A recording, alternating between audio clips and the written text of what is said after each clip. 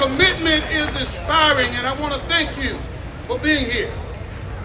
Today we're here to unite on behalf of all veterans and to bring awareness and attention to this unprecedented, unlawful, and un-American attack on veterans' job benefits, health care, and union rights. What do you say? I'm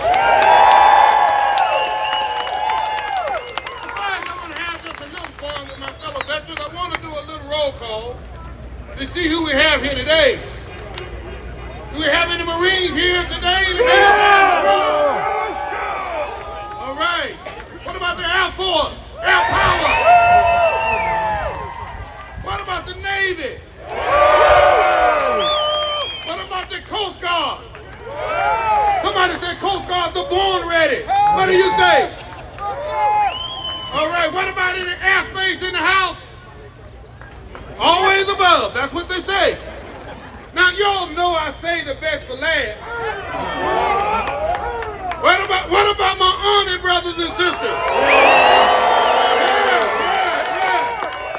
Well, you know, it doesn't matter what branch you serve in, right? We've all made a huge sacrifice for our country. And all of you are my family. Now, though we all come from different backgrounds and different races, have different religious beliefs and political views, we all have similar stories as veterans. My story starts in Goodwater, Alabama, where at 18 years old, I joined the United States Army and went on to serve in the Army Reserve for another 8 years after my 3 years tour. Like many of you, after I finished my military services, I wanted to continue to serve my country, so I became a federal employee, working at Anderson Army Depot with my fellow veterans where we continued supporting the mission. You see, just because the job changed doesn't mean your service is complete. That's right. Our mission has not changed. That's right. Our mission is protect and to serve, to support, and defend. And that has not changed. But now, what has changed, however, is the government's promise to be there for us when we get home. That changed. The promise to care for our families, our caregivers, and our survivors. For years, politicians on both sides of the aisle have campaigned on their support of veterans. But once they get into office, they cut our benefits, underfund our services, and take every opportunity to privatize our health care. What do you say about that? And guess what, brothers and sisters? We are tired of it. Veterans are tired of being celebrated on Veterans Day, remembered on Memorial Day, and forgotten about after Election Day. What do you say about that? Are you tired? We're tired of being thanked for our service in the public and stabbed in our back in the private. We are tired. Now, this sentiment ring no truer than today. In January, the VA presented employees with a fork in the road, where they encouraged members to end federal services. In February, VA recklessly terminated more than 1,500 probationary employees, resulting in chaos and confusion within the department. In March, the VA announced plans to cut 83,000 jobs for no rhyme or reason whatsoever under the disguise of efficiency. I say it's not efficiency, it's fraud. And LG's been fighting senselessly because we know what the billionaires will do, don't we? Right? And if you don't know what the billionaires' plan for American veterans is, let me share it with you. The billionaire plans for American veterans is to privatize veteran health care in order to make themselves wealthy. They want to make a quick buck off of the sacrifices, off of the pain and the scars of all those of us who have served this country. They want to take away our VA medical centers, claiming that private health care is better. However, study after study show that veterans prefer to get their care to be VA because it was created for us. Now, the VA is a place, my brothers and sisters, to go to for camaraderie and for exchanging of stories where we are treated with respect and honor because nearly 30% of the employees of veterans too. And they understand who we are. They understand the sacrifices that we've made. They understand the specialties that's needed. They understand a person that has PTSD. They know it's not a sham. They know it's for real. The VA is a place of veterans, by veterans, and for veterans. However, these mass reorganization plans that stand before us today is the targeted attack on veterans' jobs, on health care, on benefits and union rights. The layoff plans aren't just figments of our imagination. They are here. We've already seen thousands of employees being fired. But brothers and sisters, let me tell you this. I gotta leave you, but before I go, I want you to know that you have doctors, nurses, housekeepers, dentists, chiropractors, pharmacists, social workers, benefit specialists, police officers, janitors, engineers, painters, electricians, psychiatrists, cooks, greeters at the front door at the VA. And every single one of them is essential to the mission. Every single one of them. And I come by to tell you today that AFGE has filed more lawsuits than a little bit, and we're not going to give up. All I need to know today is will you stand with us? Hell yeah! I want to know today, will my family fight with us? Are we family? Are we family? Don't family fight together? Don't family win together? I know it looks dark right now, but let me tell you, we've been made endure for a night, but joy comes in the morning. I want to let you know that joy is coming. Say joy is coming. Joy is coming. Joy is coming. Hold on. Fight on. Pray on. March on. Let's do it. Thank you. Thank you. Thank you. I love you. I love you. I love you.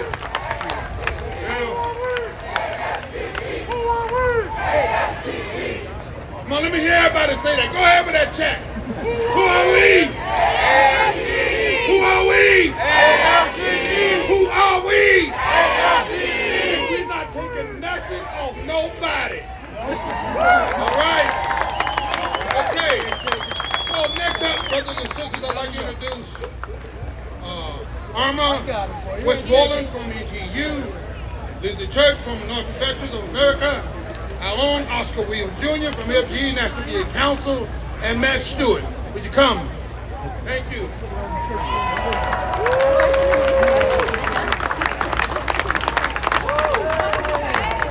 Wasn't that inspiring? All right. Well, good afternoon, you guys. My name is Irma Westmoreland, and I'm a registered nurse in Augusta, Georgia for the VA.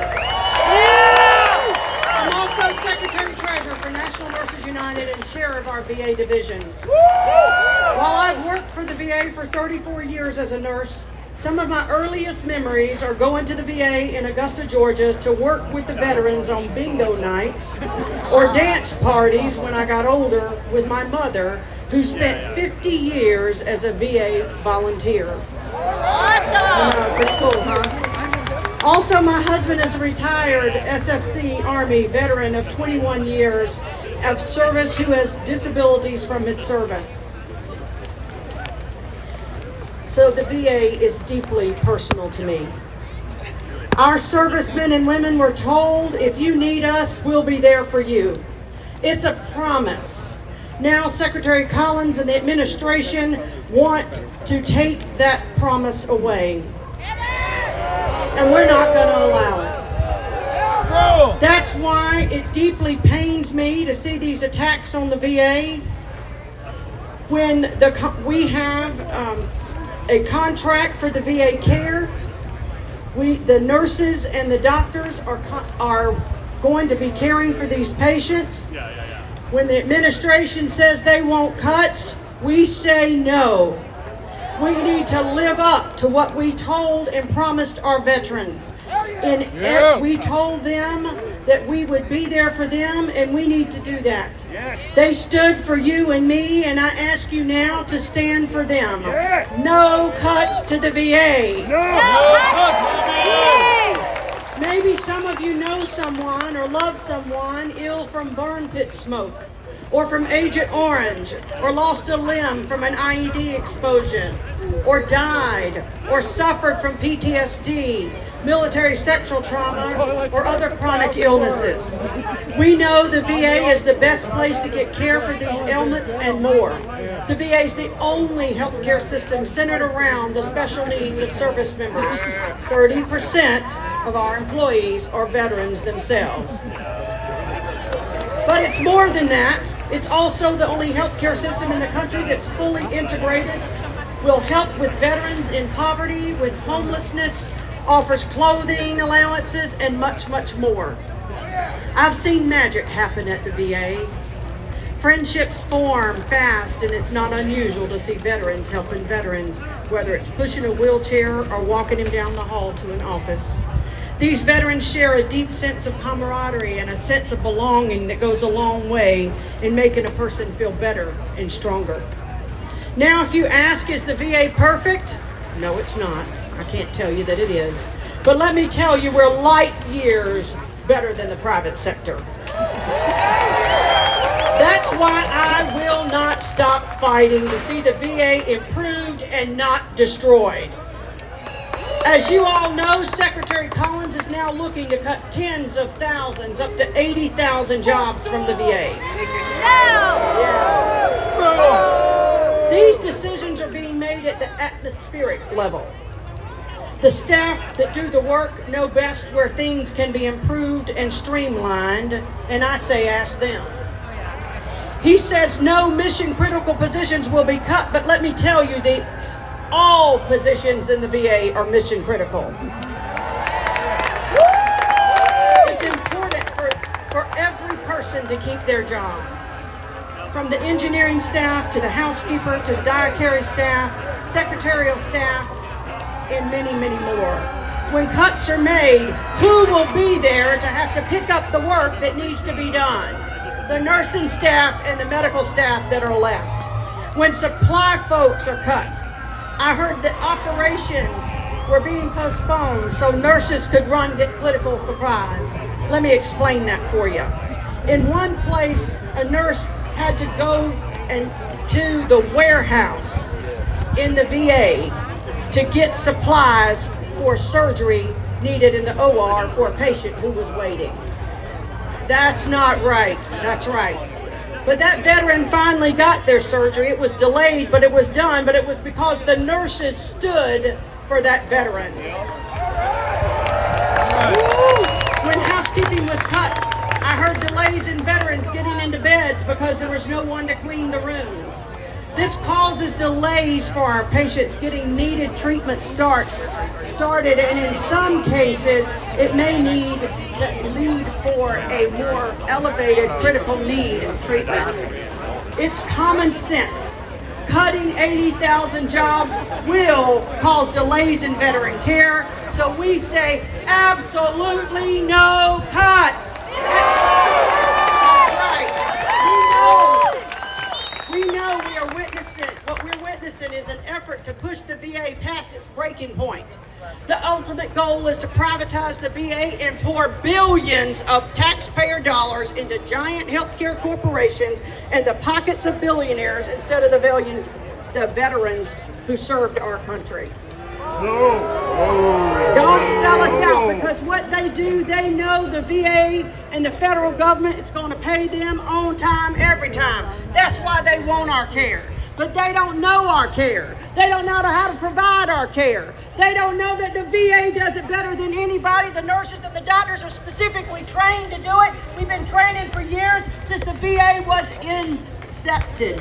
And while right now we're not going to go away.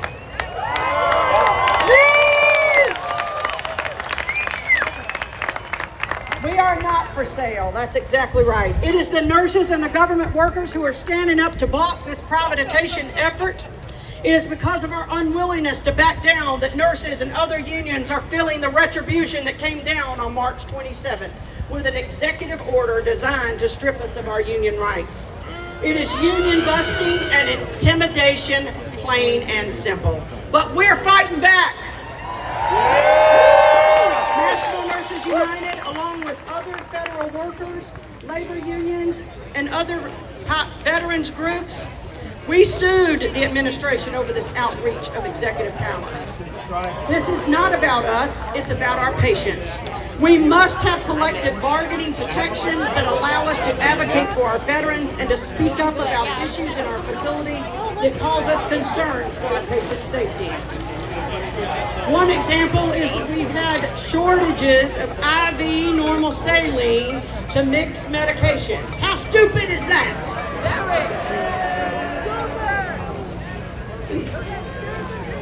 With that being said, you all understand the VA is not a contract, the union's not a contract, the unions are nurses we represent no matter where we're going away. We're not going away. The union says, and I say, no cuts, keep the VA strong so that we can care for every veteran.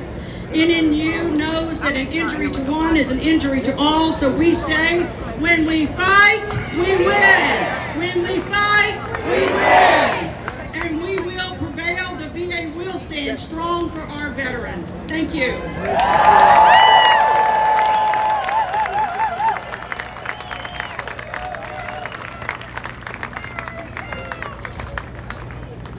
Good afternoon. My name is Fischer. I'm a Navy veteran, the Executive Director of Minority Veterans of America, and someone who still holds tightly to a belief that this nation is worth fighting for. Not with weapons or wars, but with truth, with compassion, and with conviction that we all deserve to belong. We stand here today not just in protest, but in protection of one another, of our shared future, of the soul of public service itself. Because what we are witnessing is not theoretical. It is not slow moving. It is here. It is deliberate, and it is already doing harm. Today marks the beginning of what history will remember as a purge of transgender service members. An unconscionable order from Secretary of Defense Pete Hegseth that puts thousands of service members across the country and around the world in the crosshairs of their own government.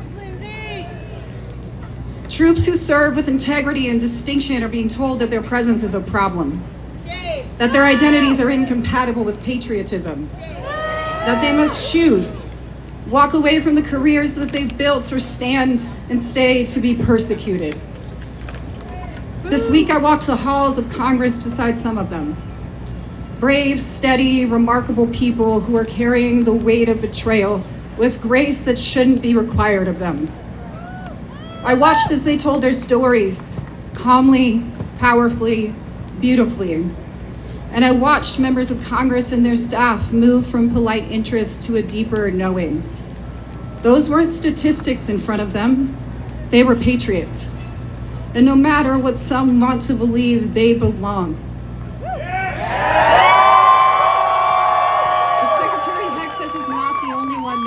Decisions. At the Department of Veterans Affairs, Secretary Doug Collins has announced his goal to eliminate 83,000 jobs. Jobs filled by the very people who care for us when the wars are over.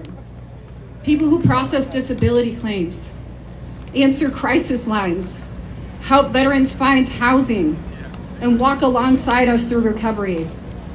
Many of them veterans themselves, many of them survivors of the very systems now being dismantled. This isn't reform, it's abandonment. And it's not isolated to VA. Today, the job cuts are there, but they are already spreading. The workforces at Social Security, FEMA, education, those pillars of community stability are already being slashed. Public servants across the country are being demoralized, discarded, and erased. Many of them, not because they failed in their duties, but because they dared to serve the people that those in power find inconvenient. This is not about cost saving, this is about consolidation of power, of control of the very definition of who gets to be counted as an American. Trust me, I'm going to start smoking in the right side. This week, the Navy quietly announced that it will rename the USS Harvey Milk. A name meant to honor courage, authenticity, and sacrifice. Stripped from our national memory without ceremony, without justification, and without shame. The Harvey Milk story is not one they can erase. And neither are the stories of Harriet Tubman, or Medgar Evers, or Ruth Bader Ginsburg, or John Lewis.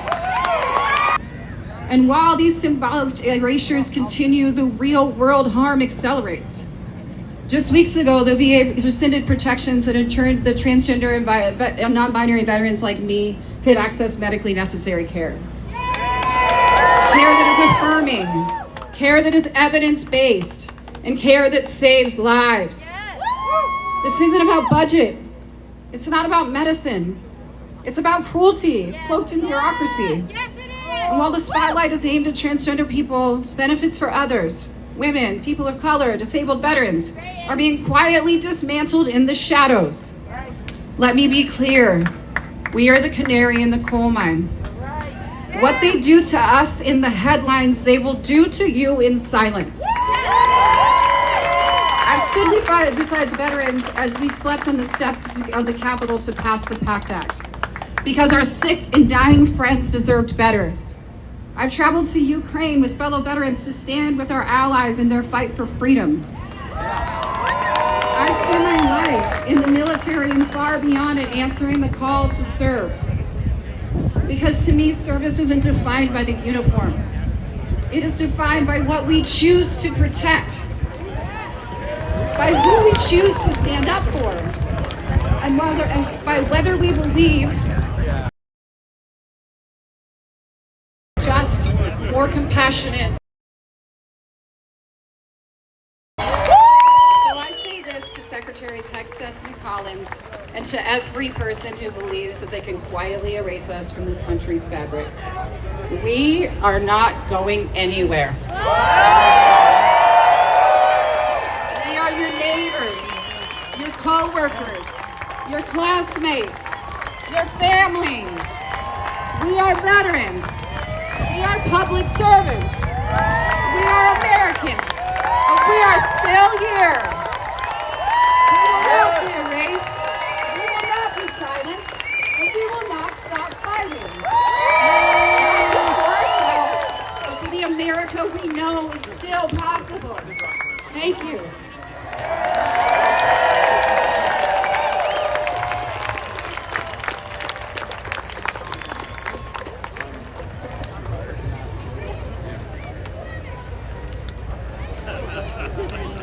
Good afternoon, everyone. My name is Oscar L. Williams Jr. I'm the Second Executive Vice President of AFGE National VA Council. I am also a Vietnam veteran who served for 9.5 years and who went back into Vietnam after 1975 6 times because I'm an Air Force air wrestler.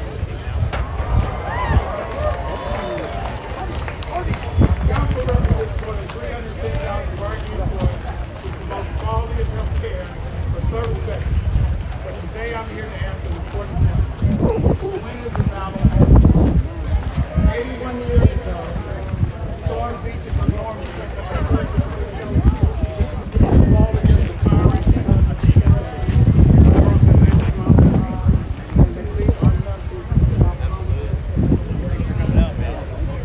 Abraham Lincoln said that we should protect those who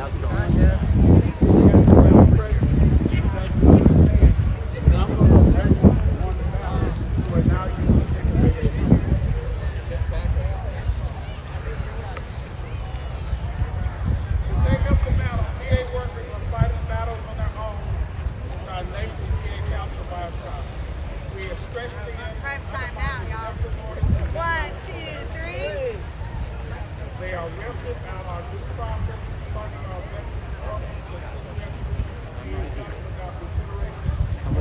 Coming around on your left. Yet every day, the employees show up. Through uncertainty, they show up every day. Give them a hand.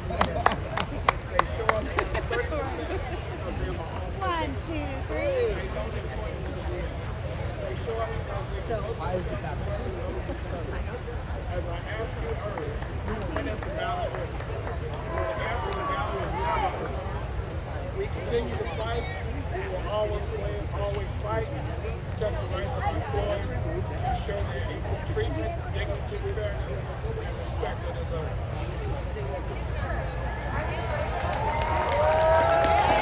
Now it's our time to show up. We will not stand by where politicians and bureaucrats sabotage the VA. We will not tolerate policies that treat our livelihoods like political games. We face challenges and many of seen overwhelmed. But like our brothers and sisters in arms on this day, 81 years ago, we will not give up. Together we stand against the demonstration against the law. And I am sure there are some of us who are out there who have children that are veterans. I had a son who served in the Army. I had a son who served in the Marines and got out in May of 2001 and re-enlisted in the Air Force and served in Iraq. All I can say is I served, I have served, and I honor those who served beside me, and I am proud to say we are veterans.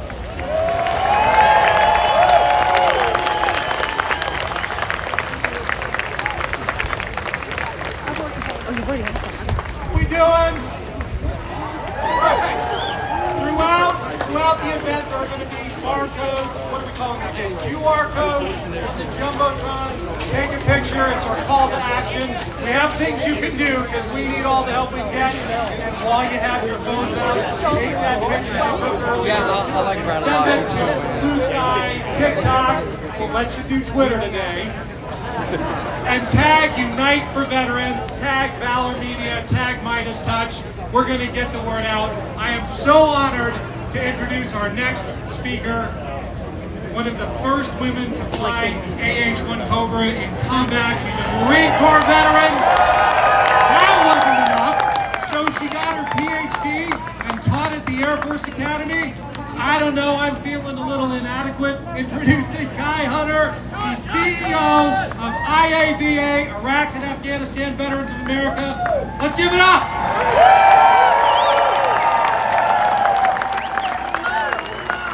Thank you so much for today. And first and foremost, thank you to Unite for Veterans for bringing us here. When I got the call and Will told me he was going to throw a big party, he clearly threw a big party for all of us here today. So thank you so much. It is an honor to stand here in front of you today, particularly with all of these incredible veterans that have taken the stage today. People like Lindsay Church who have inspired me for years to stand up and use my voice again.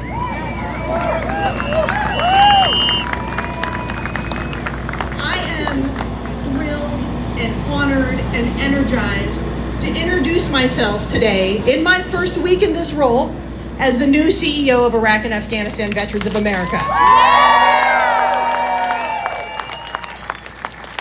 It is truly humbling to be chosen to lead IAVA into the future. And at IAVA, we like to say that we've got your back. And here today, we are showing that it is not just a saying, it is a way of life. And it is action.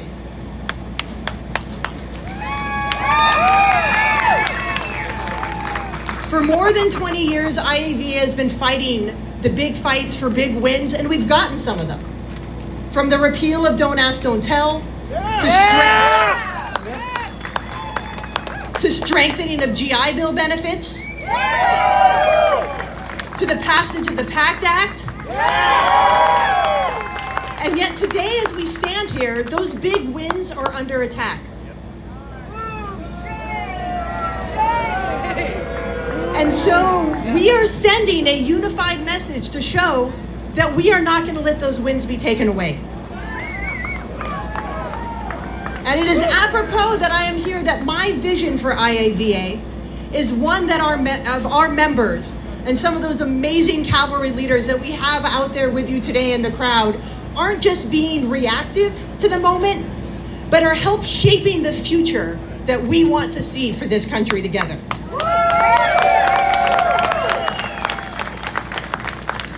IAVA represents the next greatest generation of veterans, and it is so much of an honor to be here on the day where we honor the greatest generations that stormed the beaches in Normandy one day.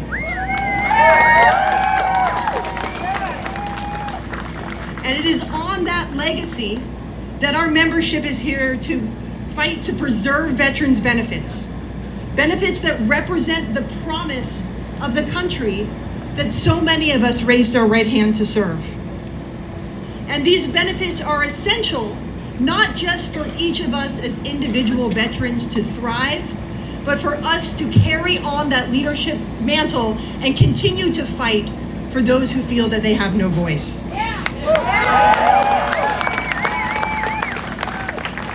Every one of us in the post 9/11 generation chose to serve, and many at a time when America was embroiled in two of its longest wars. We are the leaders. Everyone that is out here in front of me today are the leaders that this moment needs. In uniform, we united for a common goal. We united to raise to the challenges in front of us. Whether it was fixing a vehicle, flying night ops off of a carrier, driving convoys through the desert, or being pinned down in a firefight, we came together from different backgrounds. From across this country, from different races and creeds, from different religious and political beliefs, in order to step up for what this country asked us to do. We are better together. And today we're showing that we are doing that again, because this is not a day of our team versus your team. This is a day to show that we are united.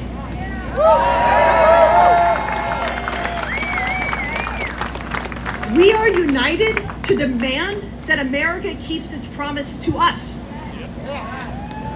We are united to stand up for those that feel that they don't have a voice right now. We are united to support our sisters and brothers that are still wearing the uniform and cannot advocate for themselves at this moment. We are united to support our Afghan and Iraqi allies that are currently under threats by the bans that are coming out of this administration. And this is the sign of unity that shows that we are the leaders America needs today. We are here to stand up and challenge the divisive narrative that is being fed to us. We are here to stand up and show that we stay better together even when we take the uniform off. And we are here to show that in unity and solidarity, diversity is indeed our greatest strength.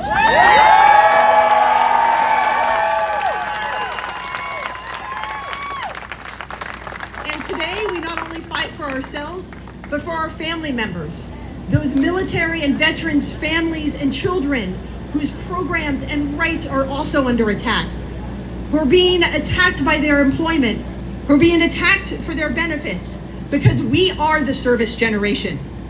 And we know that that service doesn't stop the day that we take the uniform off, but continues.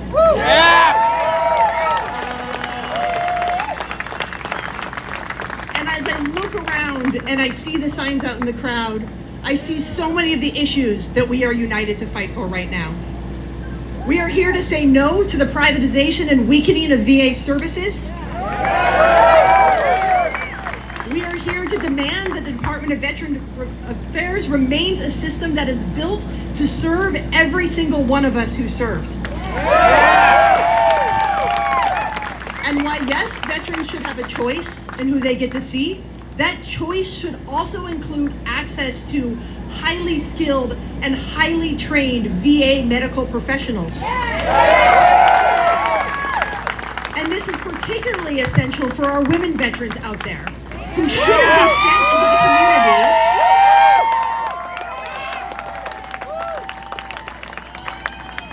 where they have to prove time and time again that they are veterans.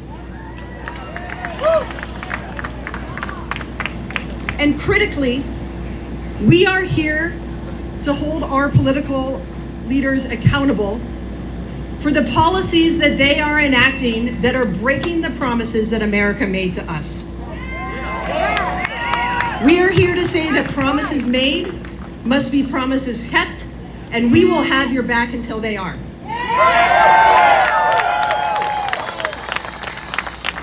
And these issues that we have heard so much about already today, despite what the media is trying to tell us, are not partisan issues, they are American issues.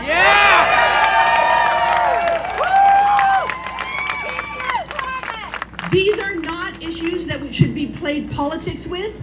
They are matters of fairness, respect, and demanding that our elected officials uphold the sacred covenant that each of us made when we raised our right hand.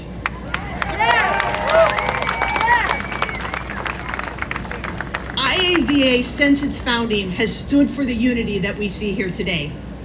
We've been bringing veterans together across all backgrounds, beliefs, and branches of service to face the most serious challenges that impact all of us, and in this moment it is no different. We have your back whether you served one tour or many, whether you served in combat or served in vital support roles here at home, because we know that we are only stronger together.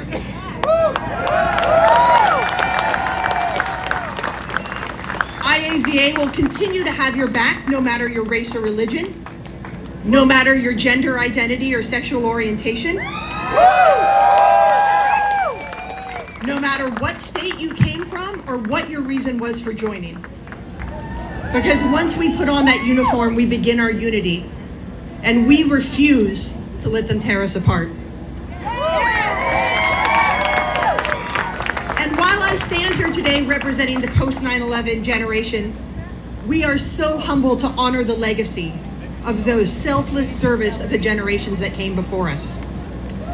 From our World War I veterans to the World War II heroes that we are honoring today, to Korea and Vietnam, and every service member who defended our nation during the Cold War, their courage and sacrifice is the foundation that I am standing on today.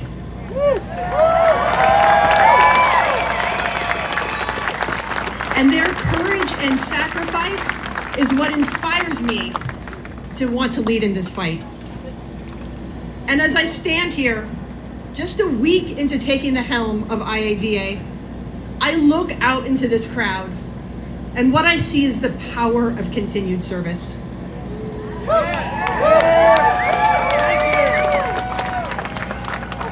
None of you had to be here, and yet on this sweltering hot day here in DC, you know that you are once again putting your body where your ideals are and standing up to protect the most vulnerable.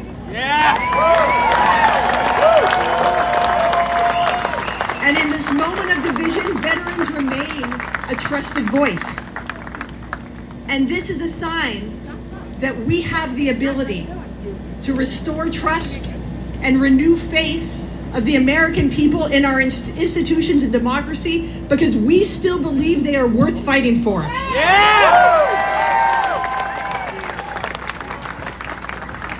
And while today we are uniting for veterans and veterans issues, you don't have to have worn the uniform to be a crucial part of our community. I see you out there, military spouses, who are the bedrock of our ability to serve. I see you out there, military children, who have served in so many other ways. I see you, parents, siblings, and providers. And if you stand with us, I will make this promise today that we will continue to stand with you. Thank you so much.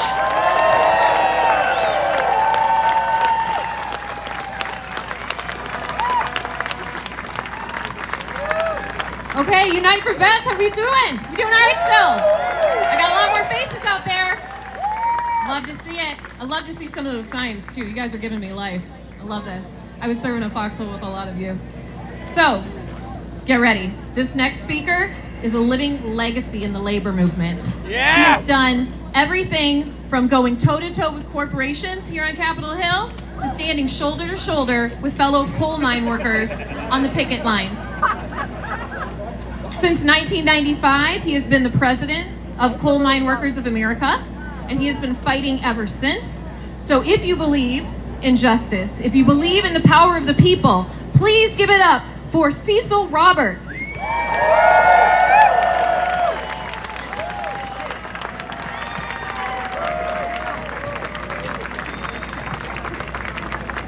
Thank you very much for that wonderful introduction. Let's give the staff to put this together a big round of applause. You're going to hear one of the best bands in America here shortly. Let's give them a round of applause. I've got a question for all of you in the back. Can you hear me? Can you hear me? I've got a question for everybody here. Are you fired up? Are you fired up? Are you fed up? Let me hear you say fed up. Let me hear you say fed up. Let me hear you say fired up. Let me hear you say we ain't taking this anymore. We ain't taking this anymore. My name is not just Cecil Roberts, President of the United Mine Workers of America. I used to be Sergeant Cecil E. Roberts in Vietnam in the 196th Light Infantry Brigade. I want to have my dear friend Will Addy come up here for a second. Come up here, Will. Will Addick and I fought in 2 different wars, but as soon as I met him, I saw that CIB. How many of you know what a CIB is? Well, I've got one on the side of my hat. He's got one he wears. 2 different wars, 30 years difference, where we are all brothers and sisters when it comes to veterans.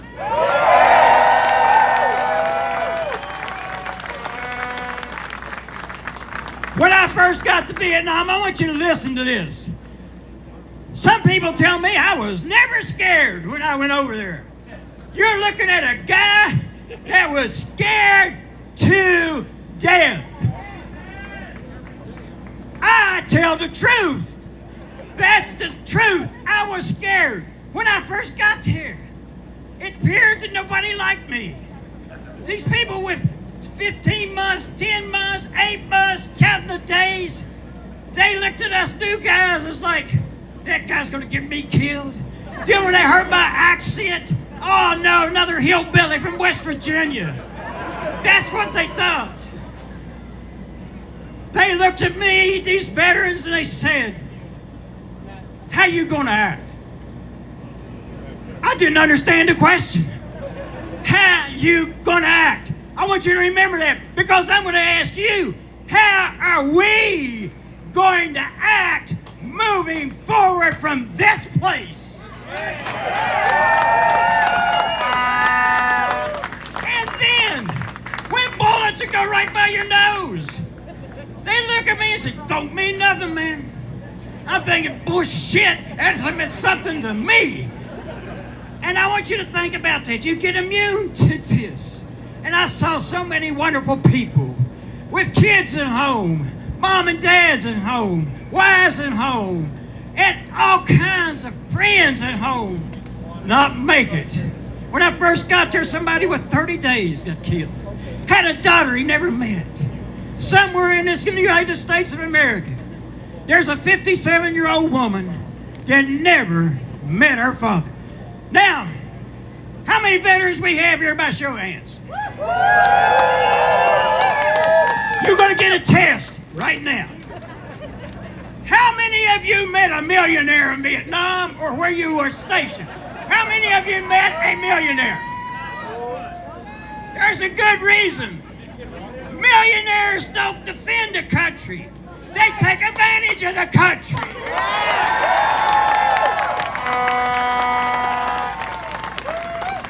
And if there's people listening to this live broadcast, you can be mad, your feelings can be hurt, and I don't care.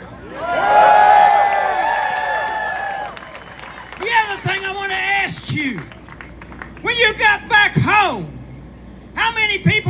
pat you on the back, particularly if you was a Vietnam veteran. Didn't happen.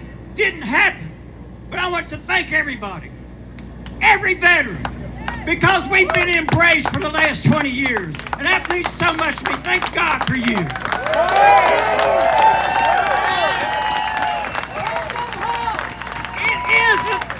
It isn't enough to come here and rally.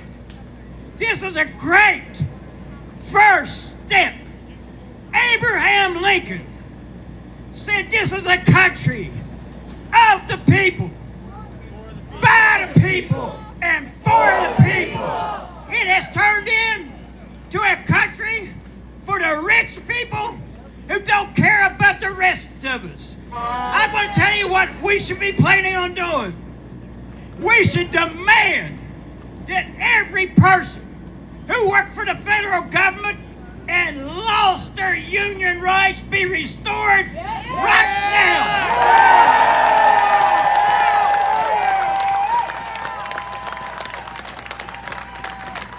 I was in the Army, and I'm glad people recognize the service of people who are in the Army.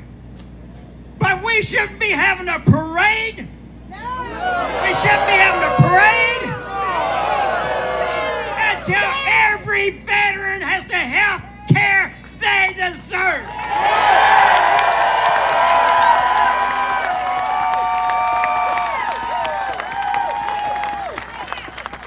And we shouldn't be having a tax plan that says to the rich who don't need money, here's another tax cut for you, until every American who has a job, doesn't have a job, has a job, until every homeless person has a home. We should make America great.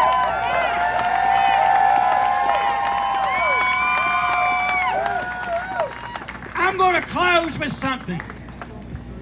First of all, I'm calling on Congress. I'm calling on everybody that's elected. I'm calling on every American. How are you going to act? Because this is terrible what's happening in this country, and that's why we're here today.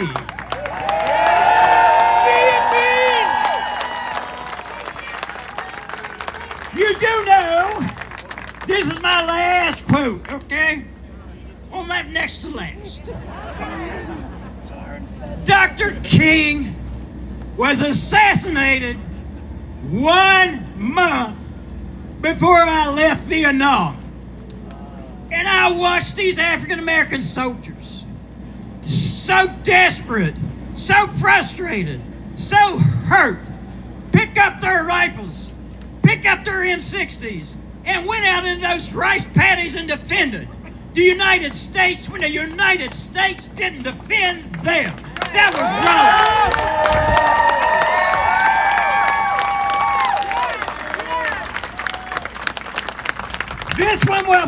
This one will really challenge you.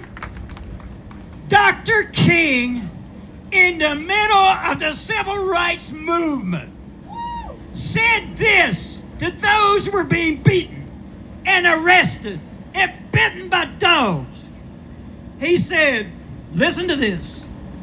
If you don't have something, not somebody, not your wife, not your daughter, not your mom, not your dad, something that you would die for, you don't have a life worth living. Think about that. This is the last one.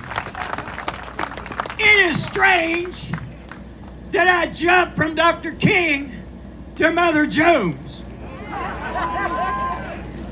My great-grandmother and Mother Jones were friends, two great radicals, and I'm so proud of our heritage. You may not know this history, but when you leave here today, read it. How many of you heard of Ludlow? At Ludlow, the gun thugs came off the hill after taking a machine gun and firing into the tent colony all day long. Sometime in the middle of the day, they cut a 12-year-old boy in two. Later in the day, they murdered the leader of that tent colony. And then they set those tents on fire and burned 13 women and children alive. Oh, no. That happened. That's part of our history. America's the bad place. Mother Jones did not quit. She called for a rally in Trinidad, about 15 miles from the Ludlow site. She looked out on a crowd probably twice this size. And she looked at them. Take this with you when you go home. She said, sure you lost. Sure you lost. But they had bayonets.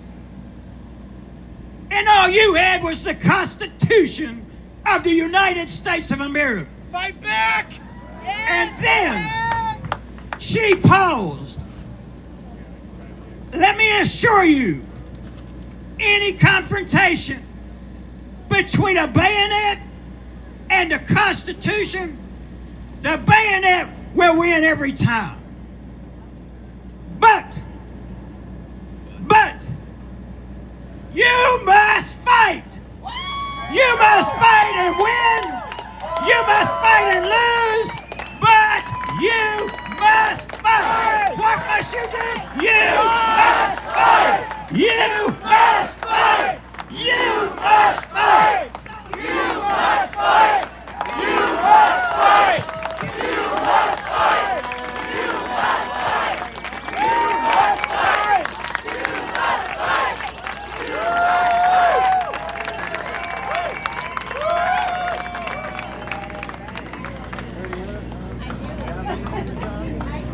Good afternoon. So, thank you, Mr. Roberts, for that moving speech. Thank you to my fellow public servants in the crowd for the work that you are doing. And thank you to our veterans for the work that you have done. So my name is Matt Stevenson, and I'm a proud VA primary care doctor.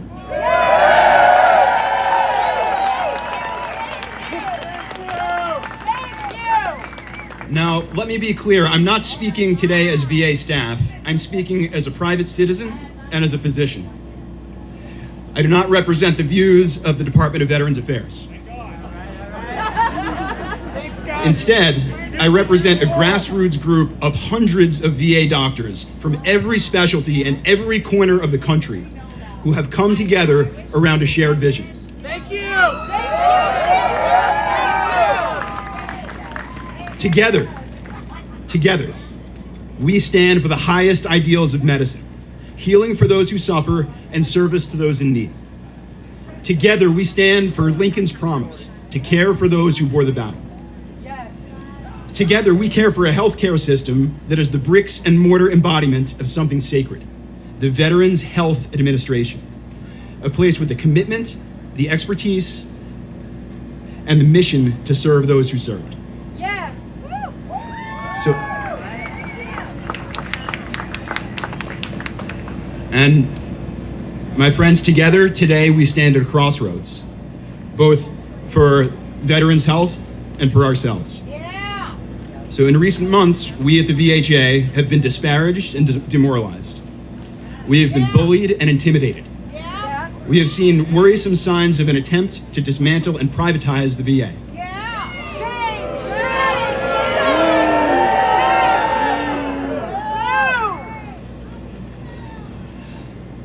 And in the face of these unprecedented stressors, many of us, I admit, are afraid. Not just for our jobs, but for our patients and for our values. But while we are afraid, we are not alone. We are not backing down. Together, we are standing up.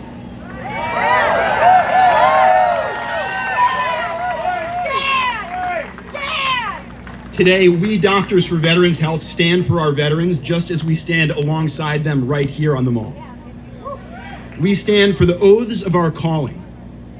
We stand for a healthcare system which, despite what you may have heard, delivers higher quality at lower cost than any other system in the country.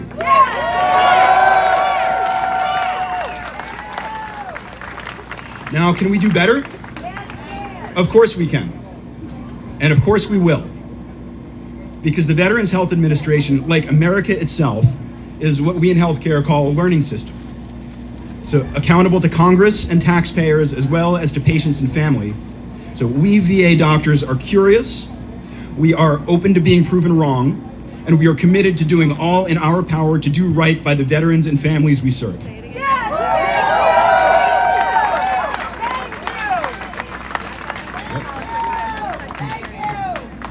So it's this commitment to learning that has made the VA a hotbed for innovation, a research powerhouse and America's largest health educator. And as a health educator myself, I'm going to pause here for just a second, though I know that the Dropkick Murphys have to get on. But this is a point of real pride. So every few weeks, or in a few weeks, as I do every July, I'll welcome a new class of residents from Stanford University to learn primary care at VA Palo Alto. And these young doctors represent America's best and brightest. They have hearts that we're called to serve. They have brains that I'd put up against any intelligence in Silicon Valley, whether artificial or otherwise. And every single one of them, like nearly every medical trainee in the country, will have the honor of learning their craft in a mission-driven, patient-centered, cost-effective, integrated American healthcare system. And every single one of them will be inducted as a part of their training in the art of healing the wounds of America's wars. And so I come to you today with a message of hope. Because these lessons, once they're learned, cannot be forgotten. I will never forget them. Regardless of politics or season, the VA, or rather Veterans Health Administration itself, will never die. It will live on as long as there are wars and wounds and doctors committed to healing them. Eliminate one of us, and there will be an army behind him ready to take his place.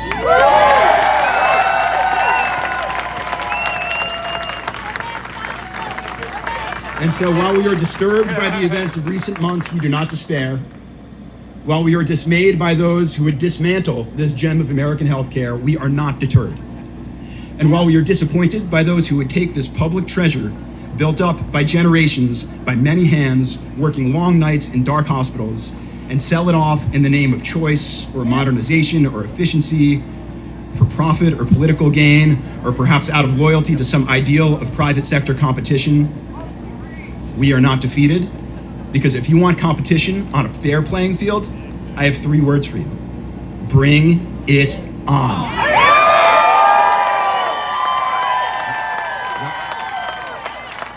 And for you veterans, I have the same 3 words. Bring it on. Bring on your pain and bring on your suffering. Bring on your trauma and your addiction. Bring on your homelessness.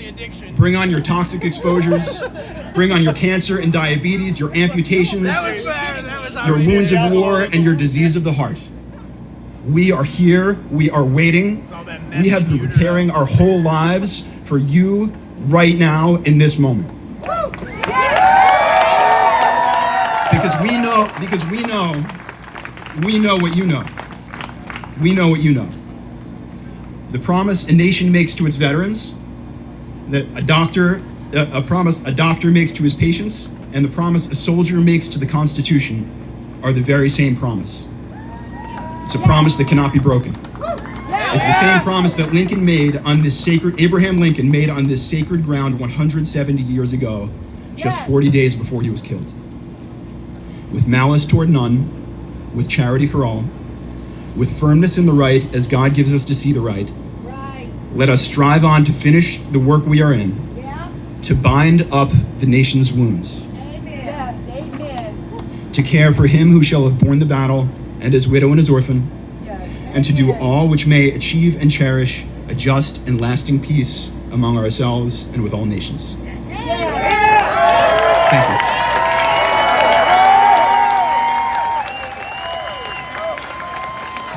Working.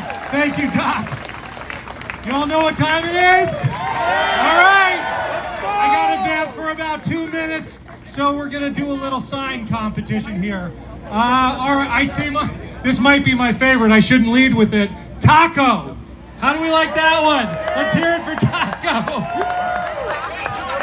I'm sure the vets in the crowd will know what this one means. Foxtrot Delta Tango. Can you guess?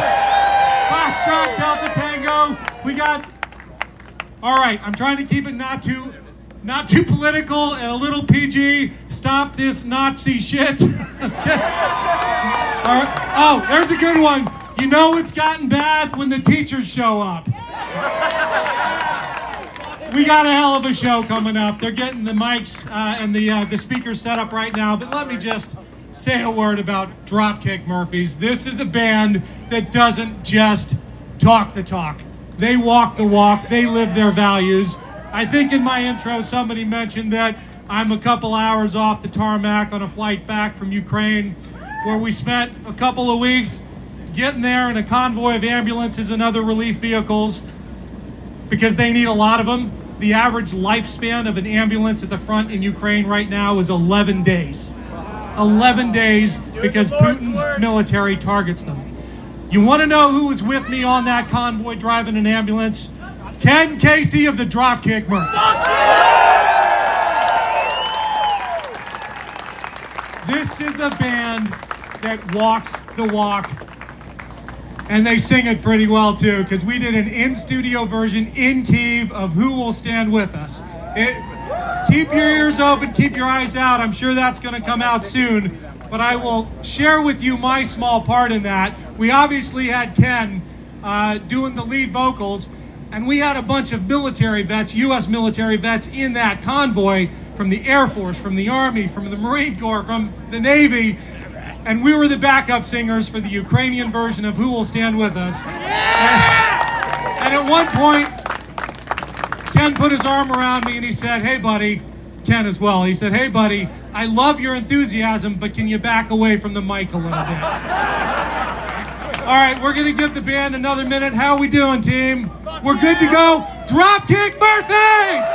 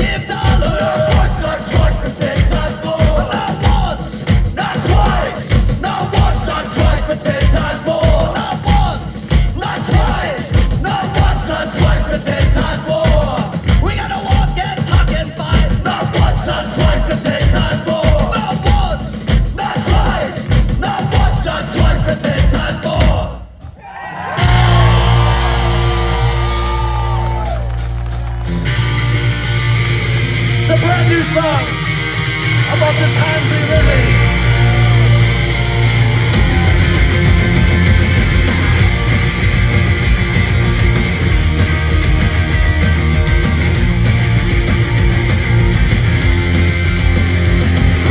Centuries in every country.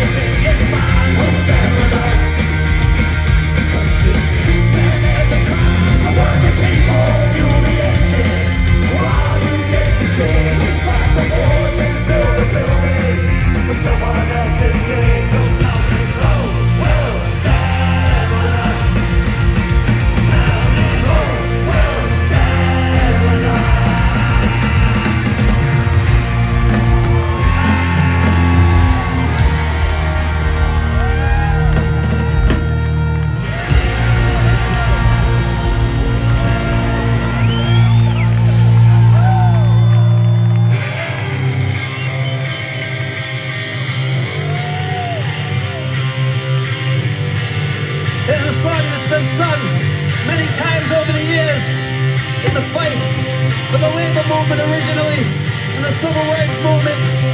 And we're here to sing it again today for the fight of this generation's lives.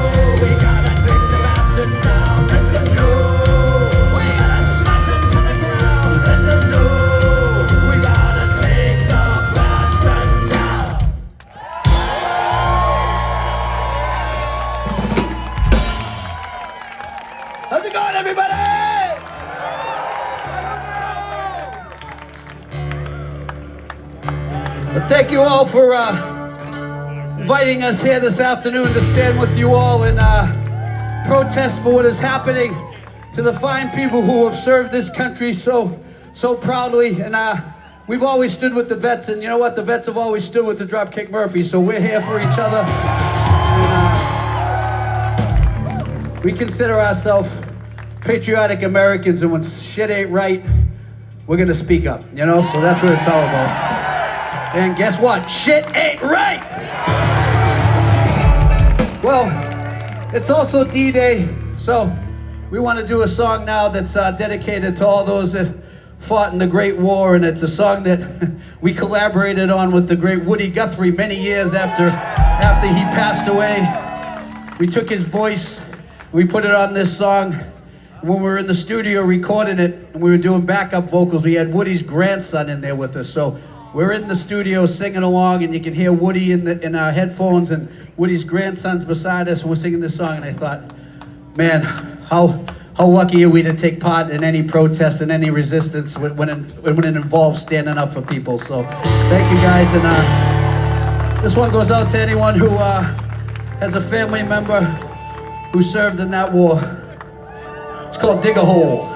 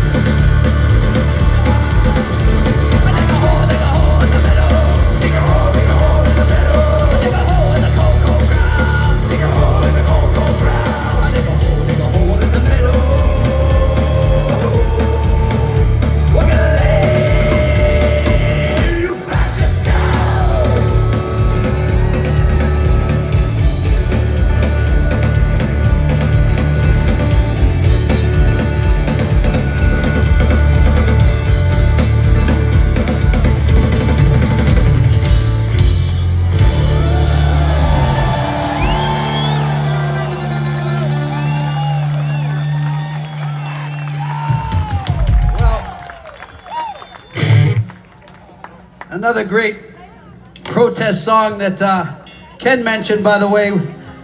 Ken Harbaugh invited me to go to Ukraine with him and a great group of people that were driving equipment in, and I'm so glad I got that opportunity. And there's a Ukrainian band that I got to know a few years ago, you know, online, and we had just put out this next song, and they asked us if they could do a version of it in Ukrainian, and they couldn't get into a recording studio because at that time the Russians were just on the outskirts of Kyiv. So we sent them this music to this song, and they sang over our music in Ukrainian, and I got to go back on this trip and see them. A couple of them were on the front lines. We got to do another song, and I got to sing in Ukrainian on this one, and Ken sang in Ukrainian. Ken, you don't have a bad voice, you just have a loud voice, and that's not a bad thing. That's not a bad thing. Anyway, it's another protest song. You know what it's called. We Shall Overcome.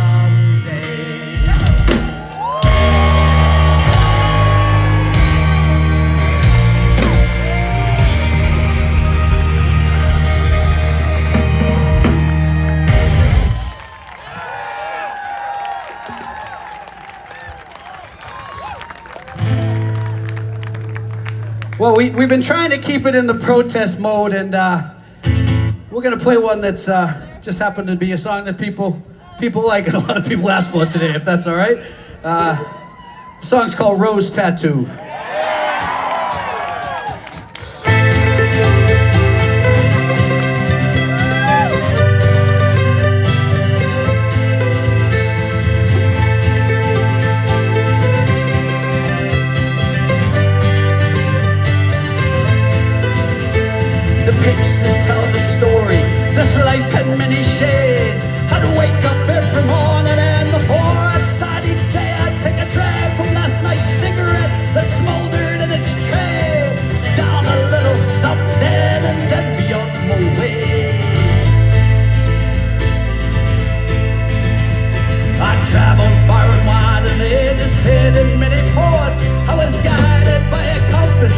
the beauty to the north. I drew the tales of many lives. I wore the faces of my own. I had these memories all around me, so I wouldn't be alone. Some may be from showing up, others are from growing up. Sometimes I was so messed up and didn't have a clue. I ain't winning no one over. I wear it just for you. I got your name written here and a rose tattoo. And a rose tattoo. And a rose tattoo. I got your name written here and a rose tattoo. Are you ready? This one's for my ADC, mischief, golden piracy. This one's for the man that raised me, taught me sacrifice and bravery. This one's for our favorite game, black and gold, we wave the flag. This one's for my family name, I'm trying to wear it to the grave. Some may be from showing up, others are from growing up. Sometimes I'm so messed up and didn't have a clue. I ain't winning no one over, I wear it just for you. I got your name written here and a rose tattoo. And a rose tattoo. And a rose tattoo. I got your name written here and a rose tattoo. And a rose tattoo. And a rose tattoo. I got your name written here and a rose tattoo. This one means the most to me. It stays here for eternity. A ship that always stays the course. An anchor for my every choice. A rose that shines down from above. I signed and sealed these words of love. I heard of one song in a song. It played again and we sang along.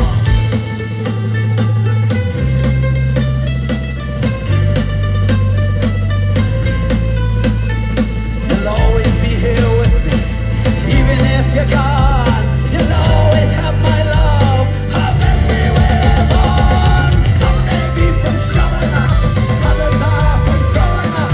Sometimes I was so messed up and didn't have a clue. I ain't winning no one over. I wear it just for you. I got your name written here and a rose tattoo. In a rose tattoo, in a rose tattoo, I got your name written here and a rose tattoo. In a rose tattoo, in a rose tattoo, with pride I'll wear it to the grave for you. In a rose tattoo, in a rose tattoo, I got your name written here and a rose tattoo. In a rose tattoo, in a rose tattoo, sign and seal the blood, I would die for you.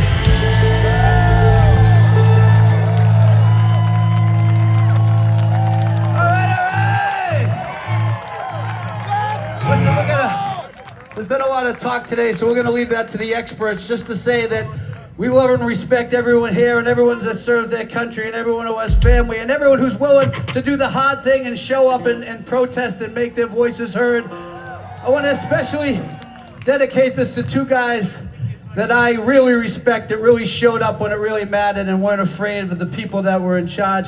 My boy Harry Dunn out there, who came to Ukraine with me. Let's go!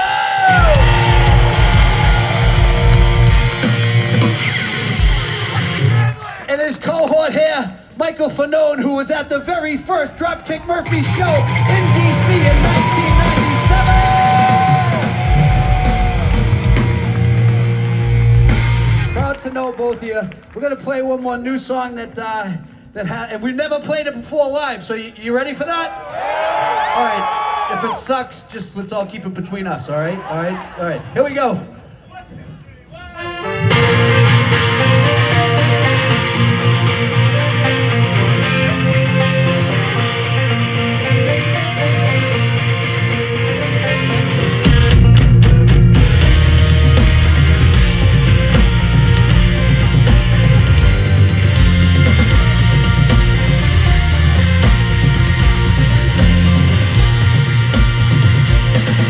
It's time to unite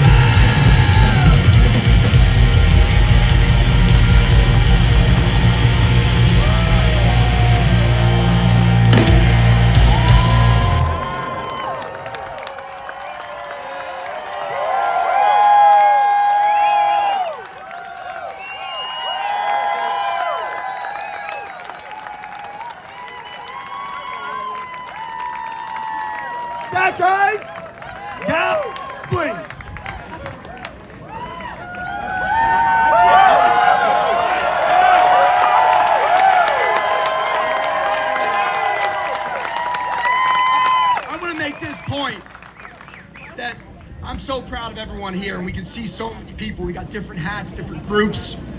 But I want you to look around and see who's not here. Look around. There's a lot of funny hats. There's a lot of organizations that should be here standing up. I want you to go back and get involved. Because if we're not going to get stood by our groups and our organizations, we have to start to organize and gain that. And I just want to say from the bottom of my heart, Ken, thanks for standing with us on this stage.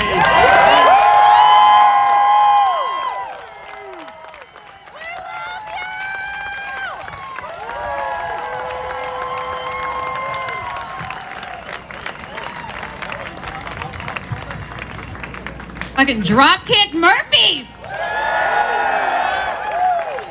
My Irish heart right now is beating 1,000,000 miles an hour. That was amazing. I think we got a party going now. I think so. I think they can hear us. What do you guys think? I'm sorry, what was that? Can they hear us? Hell yeah, they can. Like Will said, this is no longer just a moment. This is the movement. I need you to stay involved. I need you to get involved at community level, all the way up. Look to the person to your left, to your right. We are here together. Power is with the people. Yes. Never underestimate the power of people. Stay connected. Get to know each other. This is why we are here. This movement would not be possible if it wasn't for the grassroots organizers. This is now spread across 50 cities across the country. We need to keep that momentum going. So when you leave here today, stay involved, stay connected, and stay in the fight.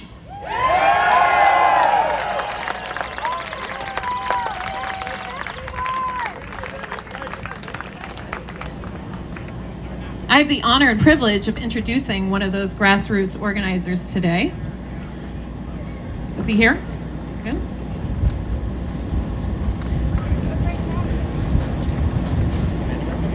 I don't know if we're ready for him yet. It's cool. At least the sun's not out kicking our ass anymore. Okay, we got Carlos. So again, I want to give it up to the people that are really making the work happen at the community level. We will not be able to do it without them. We appreciate them so much. I want to introduce Carlos Alvarez.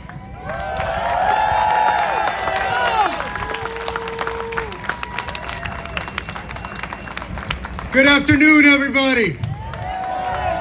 Let's give it up for the Dropkick Murphys.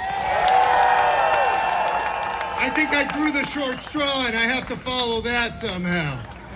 My name is Carlos Alvarez Aranjos, and I'm the founder of American Opposition.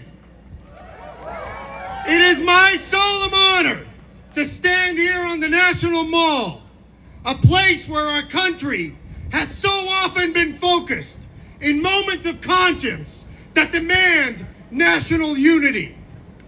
Today, I'm humbled to speak before the greatest gathering of veterans in this country has ever seen. As we stand here in this sacred place, I am proud to report that we are joined by our fellow citizens at 204 events nationwide. Those events are the product of a partnership between American Opposition, 5051 Veterans, and Indivisible. That partnership began with our call for a national day of protest on February 5th, and it has spawned a movement. Tens of millions of Americans have joined us in the fight to save our democracy. We're united in common cause because we know that this moment is challenging us to fight for a nation worthy of the sacrifices made on its behalf. The sacrifices you've made. You did not choose comfort. You did not choose ease. You chose duty. chose to stand watch while the rest of us slept. That's right. That's right. You signed your names onto a blank check and told us we could cash it for any amount, up to and including your lives. There is no flag, nor anthem, nor holiday that can fully capture what your service means, because your sacrifices gave those symbols their meaning. Your contribution can only be considered in terms of the human tolls. In the nights you spent far from home, in the brothers and sisters you lost, in the pain you carried back with you when the battles ended, but the burden remained. Yours is American citizenship in its purest form. But today, our sacred commitment to honor your sacrifice is being betrayed. Not by bombs or bullets, but by cowardice. By those in power who are trying to fund their political priorities at your expense. My question is simple. How dare they? How dare they seek to cut your benefits? How dare they dishonor your sacrifice by making you fight for what you've earned? How dare they reject your pleas for help when their power is a product of your sacrifice? A nation that neglects its veterans is a nation that has lost its moral backbone. A government that breaks its promises to those who serve cannot be trusted to keep its promises to anyone else. Today we say enough. Enough lies. Enough greed. Enough excuses. We will not allow a single veteran to go without care while billionaires get tax cuts. We will not allow a single military family to face eviction while government contractors get blank checks. We will not allow the soul of this nation to be sold off while the people who fostered that soul are left to fend for themselves. Enough! We must remind our leaders in every party, every chamber, every office that veterans are not just a symbol. You are the living embodiment of our nation's ideals, the best of us. And we, the people, will stand with you today and every day. I invite you all to join our movement, to join us in the streets, to join us in the fight to save this nation. Together, we can recommit ourselves, not to a party or a politician or a slogan, but to the profound idea at the core of our nation, that out of many, we are one. My brothers and sisters, because of you, we sleep in peace. That is a debt we can never repay. But we will never stop trying. You were willing to give your lives for us.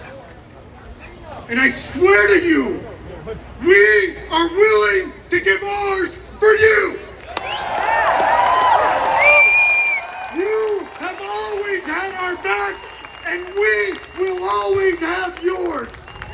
Thank you for your service, and may God bless the United States of America. Thank you very much. Thank you, Carlos. That is the truth that they are afraid of. That is the truth we carry in our hearts. I am so honored to introduce our next speaker, a hero of mine, founder of Afghan Evac. I know the fall of Afghanistan for so many veterans was a dark, dark chapter. I spent time on the ground in Afghanistan, and watching those images was heartbreaking. But like the promise we swore to the Constitution, that oath, we owe a debt to those of our brothers and sisters in Afghanistan who stood by us.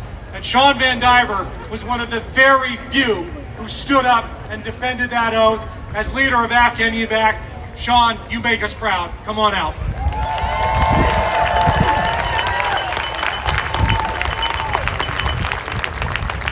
Thanks so much, Ken. Hi, folks. My name is Sean Van Diver, and I'm the president and founder of Afghan Evac. We are here today to unite for veterans, to ask, like the Dropkick Murphys just did, who's going to stand with us? We are! And to fight for a country that embodies the core values that we also have. Yes! I ask you, what are you willing to stand for? Everything! But before we get to today's fight, I want to tell you a story. Now, I'm not the first person to tell this story, but I think it's fitting given the fight we find ourselves in today. In the early 1980s, the USS Midway is patrolling the South China Sea. The crew spots a small, leaky boat packed with refugees fleeing Vietnam, desperate for freedom. The Midway sends a launch to bring them to safety. As they approach this massive American ship, one of the refugees stands up, balancing in the tiny vessel, looks to one of the sailors on deck, and shouts, "Hello, American sailor! Hello, Freedom Man!" A small moment, but a critical moment. To those refugees seeking better lives, the symbol of the United States was that of freedom, of safety, of hope. The sailor who received those words never forgot them, and neither did the man who first told this story. That man went on to describe the vision he had of the place that this refugee saw. He said, "In my mind, it was a tall, proud city, built on rocks stronger than oceans, wind-swept and God-blessed, and teeming with people of all kinds, living in harmony and peace. A city with free ports that hummed with commerce and creativity. And if there had to be city walls, the walls had doors, and the doors were open to anyone with the will and the heart to get here." Those words, they were the words of none other than President Ronald Reagan in his farewell address. Throughout his political career, Reagan spoke of this shining city on the hill that he believed America could become. But that speech was the first time that he articulated his vision of what he meant. A vision of a country not built on pride and power or petty actions, but on promise. To be the one who shows up, the one who opens the door, the one who doesn't look away, to be the freedom man. That's the America I fight for. That's the America you're all fighting for. And the America I believe that if we can get across political divides and ideologies, we can be that shining city on a hill that President Reagan, whether you like him or not, envisioned. Now, let me tell you another story. In August of 2021, I got a text message from my buddy Lucky. He and I had met a few years earlier in the immediate aftermath of the first travel ban. Lucky was an SIV recipient, an Afghan who had worked and fought alongside American troops, and in doing so earned a special immigrant visa that enabled he and his family to come to the US and build new lives in the country they had fought so hard to protect. He'd gotten here in 2016, and he and his family were not living that far away from me in San Diego. In summer of 2021, before the withdrawal, he went back to visit his mom one last time. She was sick. August 14th, I got a text that said, "Brother, I'm stuck on this mountain in Irgun. We're surrounded by the Taliban. We're running out of ammunition. I think I'm gonna die. Will you grant my last wish? and get my family back to San Diego. Through my tears, I promised Lucky that I would. I didn't know how, but I knew that I would do it. Across the country and around the world, thousands of other service members, veterans, government employees, and frontline civilians were receiving similar messages. Many of you out here received those same messages. As the chaotic U.S. withdrawal from Afghanistan unfolded over the next 2 weeks, so many others like me and like you stepped in to help guide, advise, and support our allies in Afghanistan as they scrambled to escape a country that was actively falling to the Taliban. During those 2 weeks in August of 2021, and in every week in the nearly 4 years since, thousands of veterans and regular civilians came together with no budget, no roadmap, no invitation, just a fire in our chest that said, we owe them. We launched rescue efforts, we found housing, we reunited families torn apart by oceans and red tape. We met them at airports with open arms and car seats. We walked them into courtrooms, clinics, and classrooms. Because just like the promise that I made Lucky, our country had made a promise over 20 years of war that if Afghans stood with us, we would stand with them. That by their service with us, they would earn a pathway to come build new lives here.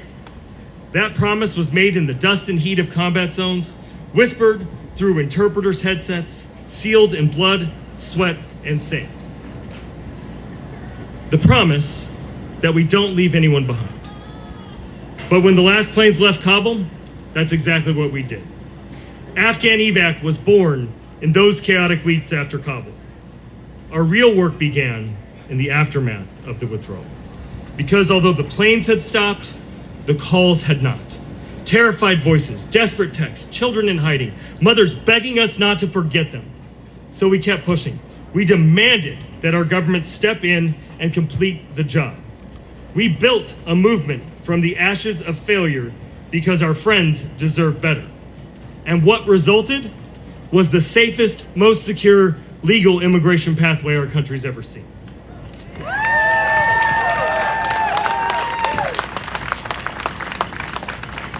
In the last 4 years, nearly 200,000 Afghans have resettled in the United States through the efforts of the U.S. government partnership that Afghan evac and hundreds of organizations built, working together in shared vision. There are still another 200,000 Afghans who are eligible for at least the chance to pursue the American dream they were promised. For the last 4 years, I've stood shoulder to shoulder with other veterans, volunteers, and frontline civilians who represent a cross-section of America to stand up and demand that our government do the right thing by our wartime allies, that it keep its promise. But that's not the only promise that's being broken by this administration. From the moment they took office, this administration has worked to erase our progress, shuttering the very programs that saved lives, abandoning our allies to chaos, breaking the promise we made as a country to our wartime allies, just like they're breaking the commitment to our veterans.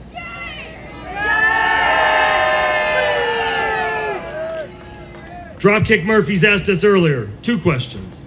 What side are you on? Who will stand with us? My answer is I'll stand with us. I'll stand with you. I'll stand with them.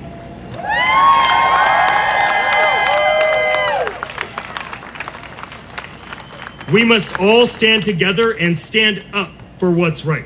Only then can we strive to realize that vision of the shining city on the hill with its doors open to all, with the will and heart to get here. So just as we have for the last 4 years, what's right? To keep its promise, to stand with us.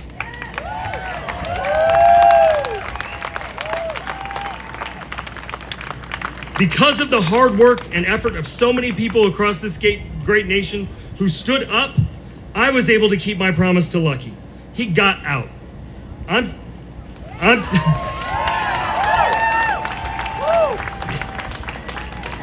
I'm standing here with all of you today to demand that my government, our government, keep the promises they make to our wartime allies, to our veterans, and to the world.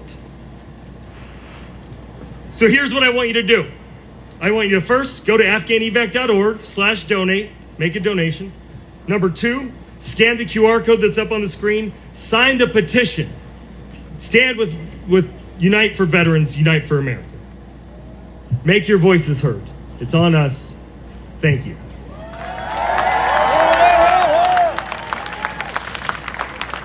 Thank you, Sean. Our next speaker needs no introduction, but I have the mic and it's what they pay me for, so I'm going to do my best. Senator Tammy Duckworth. Senator Tammy Duckworth has sacrificed so much for this country on a battlefield in Iraq and in that building right there. And she is the only elected representative who's taken this stage today. That tells us something. You know what? Words fail me. I'm just going to hand the mic to Senator Duckworth. It's an honor.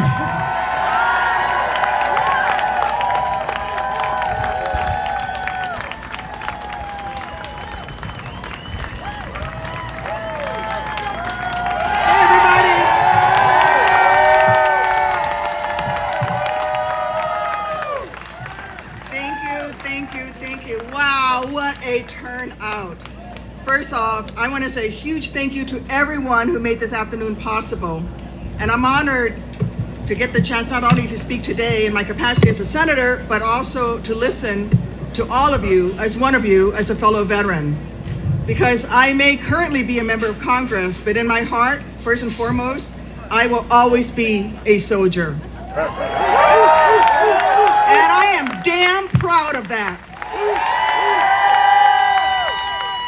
I am here today because, like you, I love this nation. In fact, I love it more than I do my own life, which is why I was willing to lay down my life to defend this nation when this nation called, just as you did. I know that you are here because, like me, we are sick of politicians promising to look out for veterans when they are on the campaign trail and then abandoning them when they take office.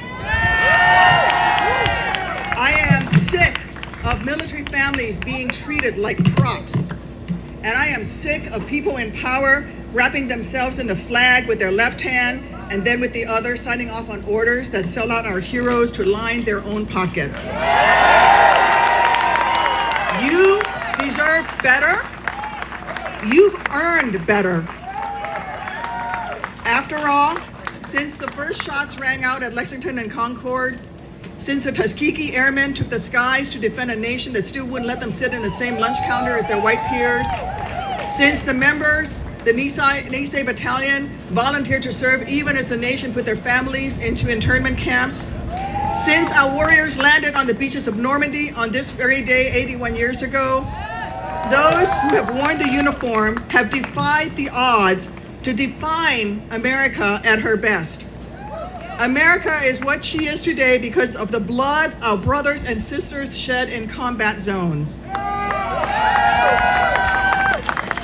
Our children grow up with the rights that they deserve because of the sweat that's poured down our faces, everywhere from the dust of Fallujah and Kandahar to the jungles of Vietnam.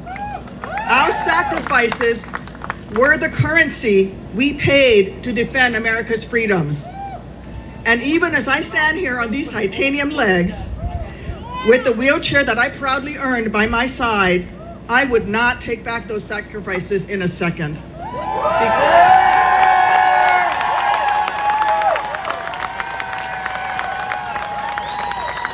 Because America is worth it. As flawed as she may be, she is worth it. I know some of us here hung up our uniforms long ago, but looking out at you all, I see people who recognize that in this perilous moment for our country, our mission today is not too different than what it was when we served in uniform. To defend the Constitution, to protect this democracy, to defend freedoms, and to keep our nation as strong as she should be.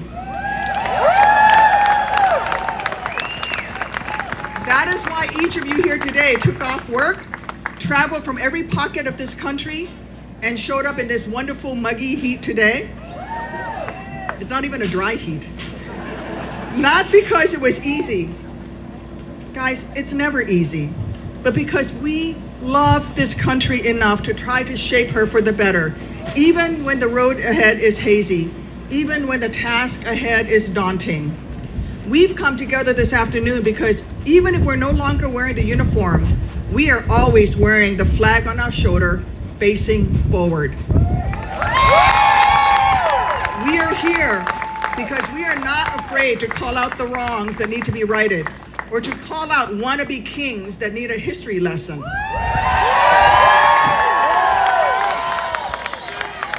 We are here because we refuse to see the democracy that we fought so hard for get dismantled. Because we refuse to let the health care and benefits our buddies rightfully earned be gutted. And because we refuse to let thousands of veterans who choose to continue serving this nation as federal workers be fired for no apparent reason. Of the over 6,000 veterans this president has fired, it includes folks who were working at the Veterans Crisis Line, for God's sake. The veterans there are doing some of the toughest work imaginable to support our heroes in their absolutely darkest hour. These are the people the administration has kicked to the curb over the past few months. That should tell you everything you need to know about how the guys in power actually feel about us vets. So let's be clear. The only reason they're doing all of this is to try to pick our veterans' pockets, our taxpayers' pockets, so that they can give even tax breaks to the rich guys they pal around with on their golf courses. Let me say this another way. They care more about allowing billionaires to buy yet another private jet than ensuring that our veterans have access to the benefits that they have earned. They care more about stroking Donald Trump's ego. I'm an old air assault pilot, guys. They have to censor me. Anyway, they're stroking Donald Trump to the tune of a $30 million birthday parade. You know what they should do? I asked the Secretary of the Army yesterday, why would you do that? He said, well, you only get to celebrate the Army's 250th birthday once. And I said, well, wouldn't it be better to celebrate the Army's 250th birthday by spending $30 million on military families' child care? Or maybe let's spend that $30 million to save veterans' jobs. Or how about making better access to health care for veterans? So let's call what it is. This budget bill is a middle finger to our heroes. Where's that middle finger? Raise that thing high. It's a slap in the face to the sacrifices that our veterans have made. Frankly, it's bullshit. And every one of us who serves should feel insulted. I certainly do, and I bet some of you do too. They're even firing fully trained, fully qualified members of our military who are parts of teams who are trans. People who earn their positions, as opposed to Pete Hegseth, who didn't earn his other than by sucking up to Donald Trump. I say keep the trans service members and fire Pete Hegseth.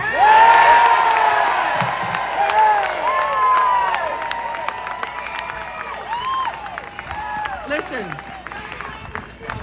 the important thing now is to channel our outrage into action. A couple months after my Black Hawk was shot down in Iraq, a United States Senator named Dick Durbin walked into my Walter Reed Hospital room and gave me his phone number, saying to call him anytime if I or any of the other patients around me needed some help.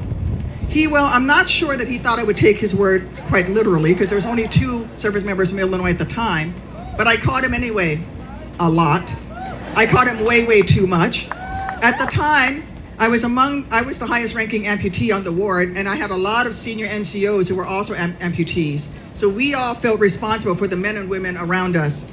So I kept on ringing up a United States Senator to help me help these folks get their pay, get their benefits, even to help get that one damn elevator in the hospital we needed to take to go to 07 formation in our wheelchairs working again. At that point, I know, we're in wheelchairs and they're making us go to 0-7 formation. Fuck that.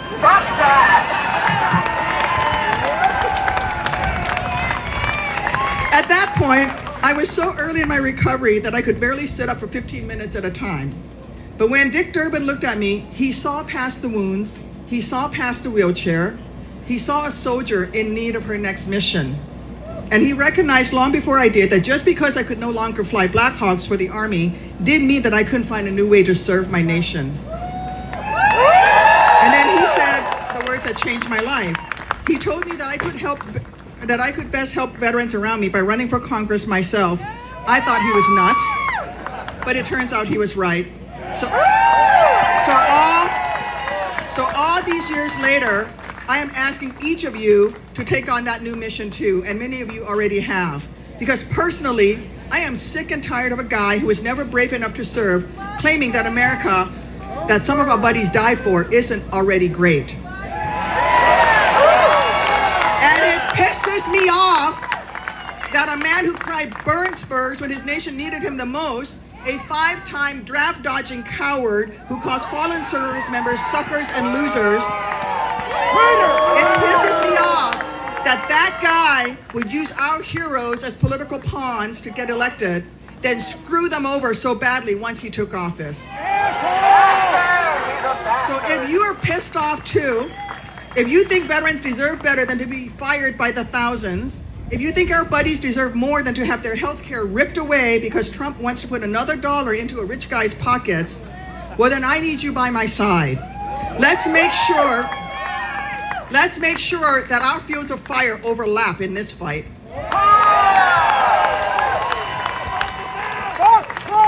I need you to think of today not just as a singular moment, but as the start of our new collective mission. A mission to stand up for the buddies we served with, to do right by the warriors who came before us, and to look out for all of those men and women still serving in uniform. Those young soldiers and sailors, those Marines and airmen and coasties who are ready to sacrifice everything at the drop of a hat should the drums of war start beating again like they did for many of us when we served. Look, I get how in this moment it'd be easy to feel defeated, to want to tune out rather than turn on the news. But now, more than ever, we can't let ourselves become disengaged because there is too much at stake to get discouraged.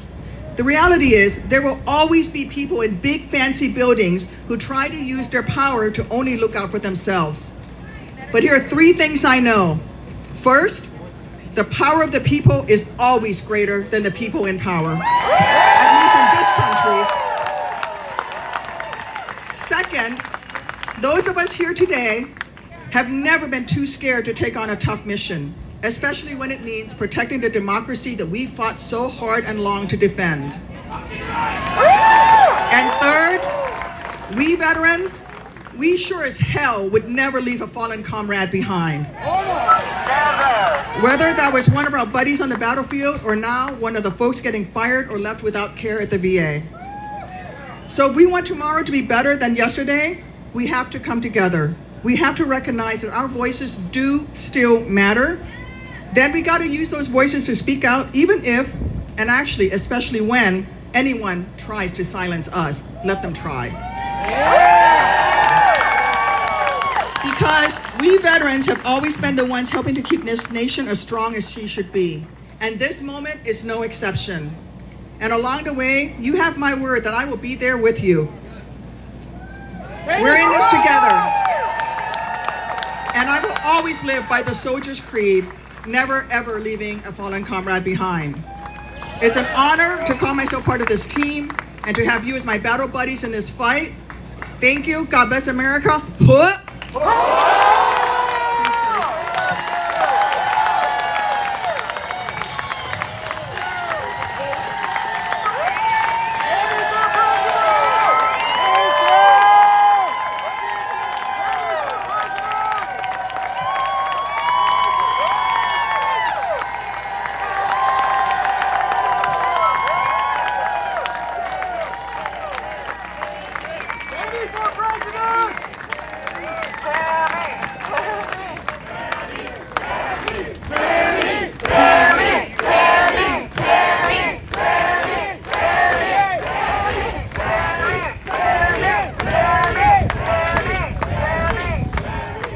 Ladies and gentlemen, Senator Tammy Duckworth. Icon! Icon! Definitely one of my personal icons. Now, Unite for Vets, I have the privilege to introduce our next leader. He has over 30 years of service in the United States Navy. He has commanded ships, led operations globally, and now he is looking to shape the future of our nation's security through action, not just words. Please welcome to the stage a sailor, a strategist, and a statesman, Rear Admiral Michael Smith.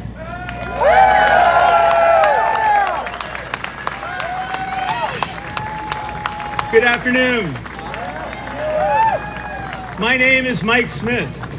I'm the founder and president of National Security Leaders for America. We're a bipartisan pro-democracy organization that's made up of over 1,300 retired admirals and generals and senior enlisted, former ambassadors and cabinet secretaries and senior executives. Collectively, our members represent centuries of service to this country. Service that was forged through sacrifice, experience, and hard-earned lessons learned. And the most important of those lessons is this: when a nation breaks its promises with its veterans, it does more than betray its values.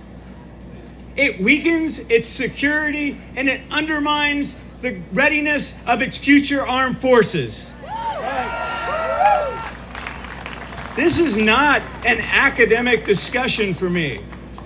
I stand here not only as a retired Rear Admiral, more importantly, I'm the son of a Vietnam veteran.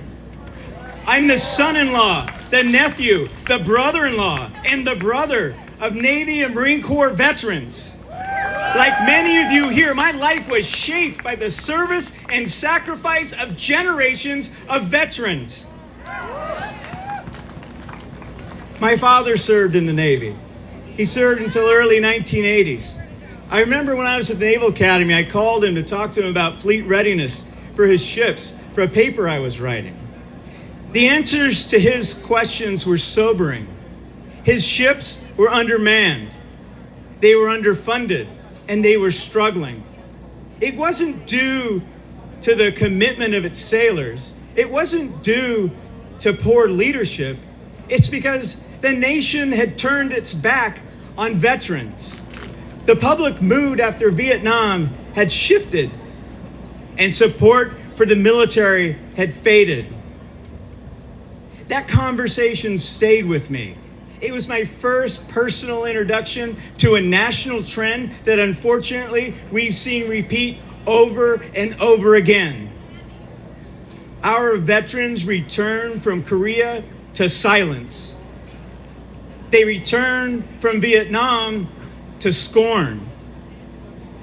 These men and women didn't ask for parades. They needed care and opportunity and dignity. Instead, they were forgotten. The institutions they needed to rely upon were gutted or ignored.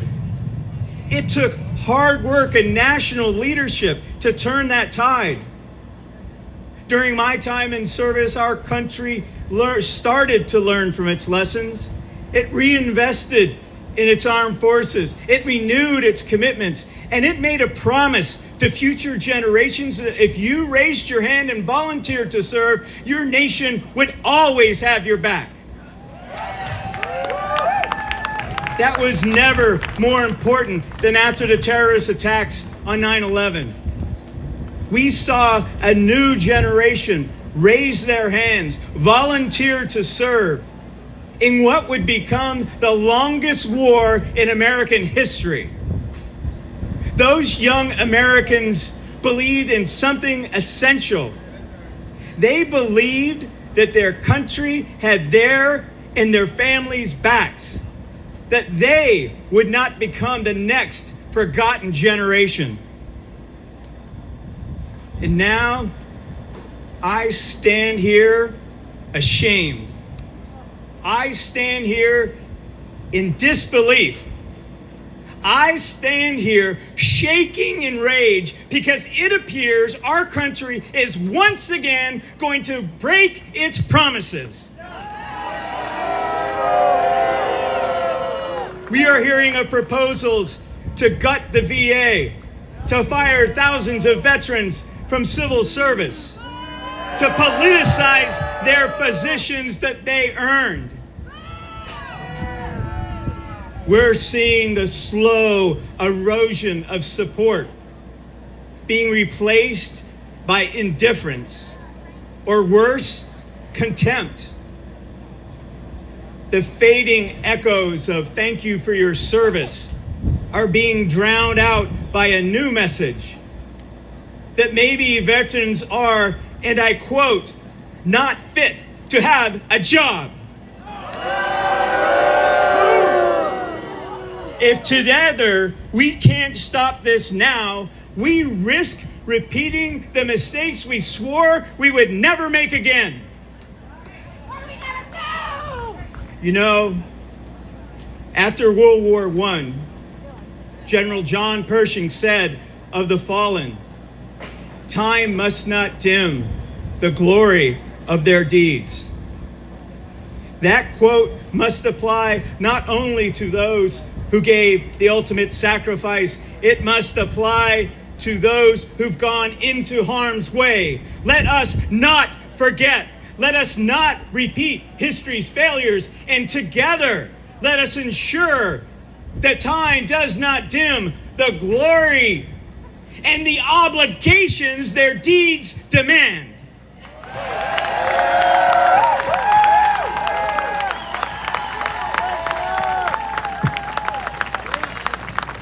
Thank you, Michael Smith.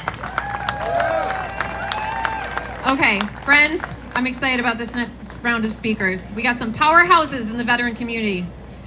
Starting with Libby Jamison, Esquire. She's an attorney that served in the White House as senior advisor to Joining Forces, Dr. Jill Biden's initiative that supports military and veteran families, caregivers, and survivors. She is an absolute boss, and she never backs down when it comes to serving families of our uniformed war fighters. Oh, and small flex, she was Military.com's 2019 Spouse Changemaker of the Year. Please welcome Libby Jamison, Esquire.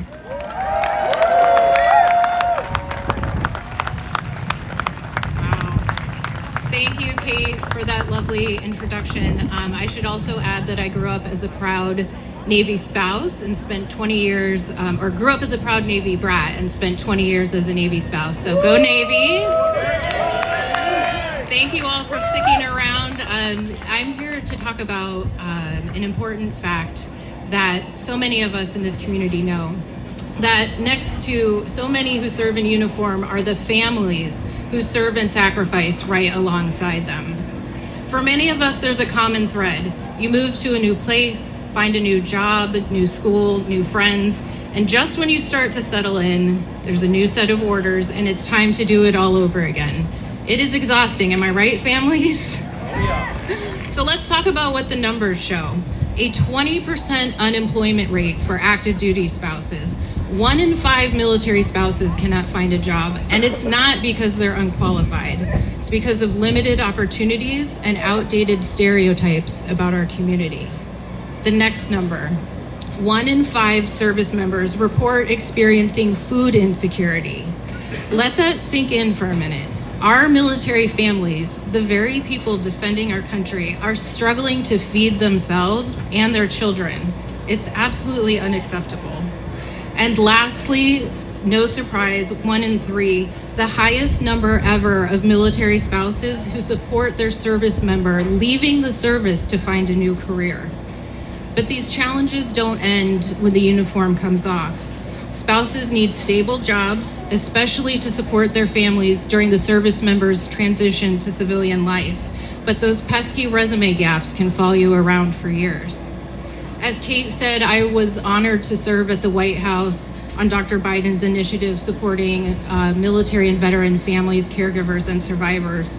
One of our proudest achievements was a June 2023 executive order on economic opportunity for military families that specifically made it easier for military spouses to get hired and keep federal jobs. A big win that made it easier. That work was personal for me as a former VA employee. A federal job was a game changer for me. I was able to keep working even when we PCS'd, and it was the first time I was able to stay in a job long enough to get promoted, to get a raise, and to contribute to my family's finances in a meaningful way. Yeah, federal jobs, yes. But now, as we've been talking about today, that progress that so many people fought for is being undone, and thousands of military families in federal jobs are in jeopardy. Remote government jobs that give military spouses stability are under attack. Flexible work options needed especially during a service member's trainings and deployments are being denied, and currently serving families who already have so much uncertainty in their lives are being jerked around. Military spouses are losing their jobs as federal employees and contractors. Some are being reinstated, others are being given conflicting guidance on telework, and answers to what's next are not clear. So let me be very clear. Firing talented military family members is wrong, and it's bad for our national security. And you should be hearing that directly from those impacted military spouses today, but you're not, because they're being silenced by fear. Fear that they will hurt their service members' careers, and fear of losing a chance to returning to public service themselves. That fear should not exist, not in a country that they sacrifice so much to support. Military families deserve leaders who have their backs, not ones who pay lip service to their sacrifice while actually making life harder for them. So when their voices cannot be heard because of fear of their own leadership, we all here must be their voices. So go on the website, sign the petition, call your congressman members, and speak up on behalf of our families. We unite for veterans, we unite for military families, we unite for America. Thank you all.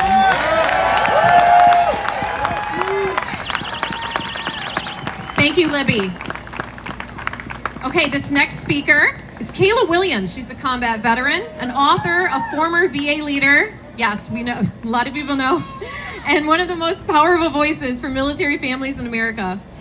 Kayla served in Iraq, and then she came home and she never stopped serving, helping lift up other female fellow veterans, thank you, sister, and demanding a system that sees us all. Please welcome the fearless and brilliant Kayla Williams. Hey, thank you so much for that generous introduction. It is so great to see all of you out there. Like you, I am fired up and ready to support our VA. So, I grew up poor. My single mom and I, we were always worried about getting evicted from our apartment, and we spent time on food stamps. Today, I own a home, and my kids never know that anxiety because of the home loan guarantee we got from our VA. My mom didn't graduate from college, but I have a master's degree because of the GI Bill that I got from our VA.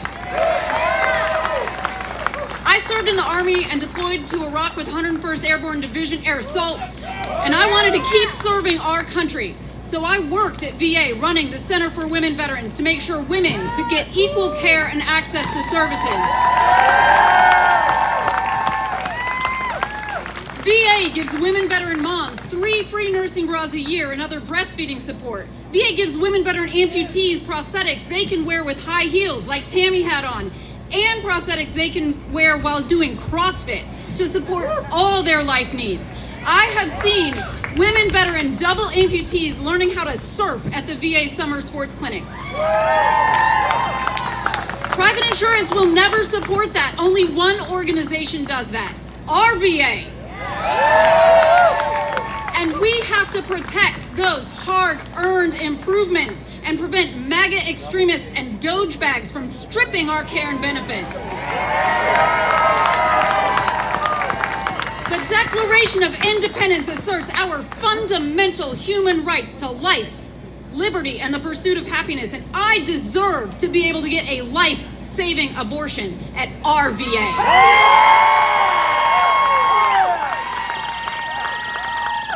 But listen, I have to admit, VA doesn't just provide care for women.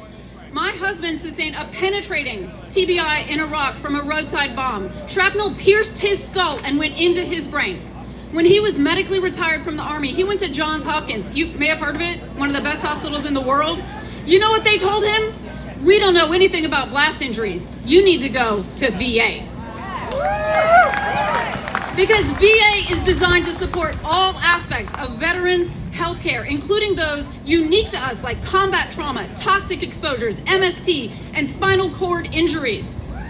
But my group therapy for military sexual trauma was recently cut short because the therapist quit rather than risk being laid off during the massive cuts Secretary Collins is promising to make. I'm getting care elsewhere, and my new counselor asked me, what is MST? That would never happen at our VA. And that is why we are here today, to stand up and fight for the care and benefits that we have earned through our honorable service, and for the employees that provide those services. Employees, many of them union, 30% of whom are veteran themselves, are being purposefully put into trauma by dogebags who don't know anything about service or what government does for the people.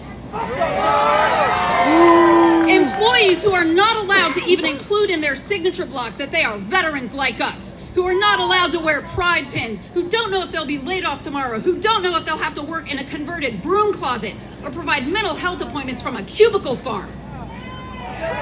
We are here to ensure that veterans of the next war come home to a system where they can get high quality, evidence-based, culturally competent care and benefits and burial. Our VA. They want to turn VA into an insurance card and force us to get care in the community, even though that care is lower quality and even though rural hospitals are closing all over the country.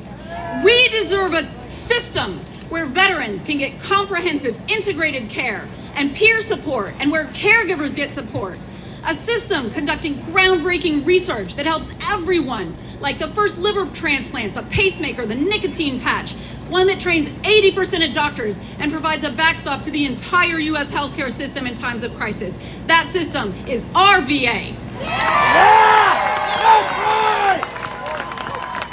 We veterans made a contract with our government, and they owe us a strong Department of Veterans Affairs. I swore an oath to the Constitution, not a king, and I will always stand and protect and defend our rights. I am here with you today to stand up and demand that all veterans, including women and our LGBTQ+ brothers and sisters, can safely access comprehensive care at VA.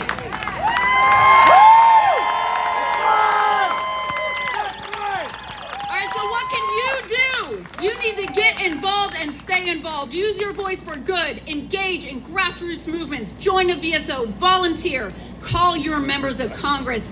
Contact all your elected officials and make sure they know that you vote. Thank you and have a great rally. Kayla, keep kicking ass. You make us all proud. When I say who's VA, you say our VA. Who's VA? Our VA. Who's VA? Our VA. When the USS Deo was in crisis, it was our next speaker, Kevin Maggot, who saved 375 lives. He's been saving lives ever since. From leading homeless veterans programs to commanding the Bronx chapter of NAV Vets, Kevin fights for those still struggling in silence. He's living proof that service never stops. Please give it up for Kevin Maggot. Woo!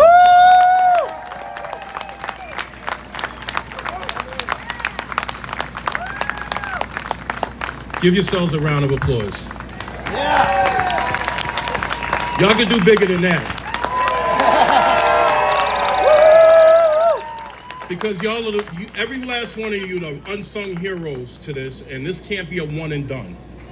We got to take today's energy and we got to keep moving.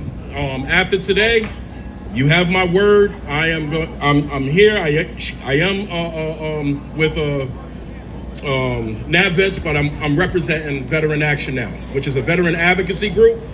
And we are more vocal, more active when it comes to veteran services and what we need, and we are very we not afraid to use our voice. So with that said, I'm going to go back home and I'm going to look to engage in civil disobedience. That's what we're going to have to do. So let me give you a real quick rundown. I got a lot to say in a little bit of time. When I joined the Navy, I went into a room with about 60, 75 other people, and I took an oath to defend the Constitution of the United States from enemies, both foreign and domestic.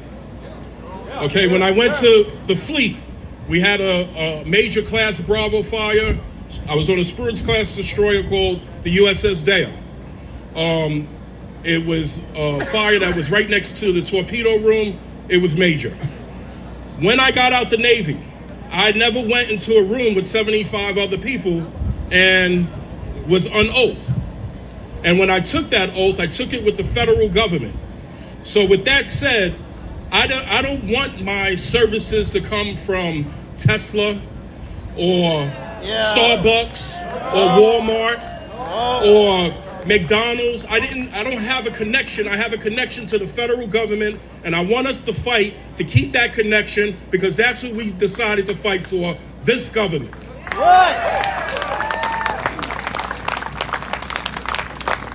Philadelphia won the Super Bowl. It was a great Super Bowl. But Washington got their own Super Bowl going on right now.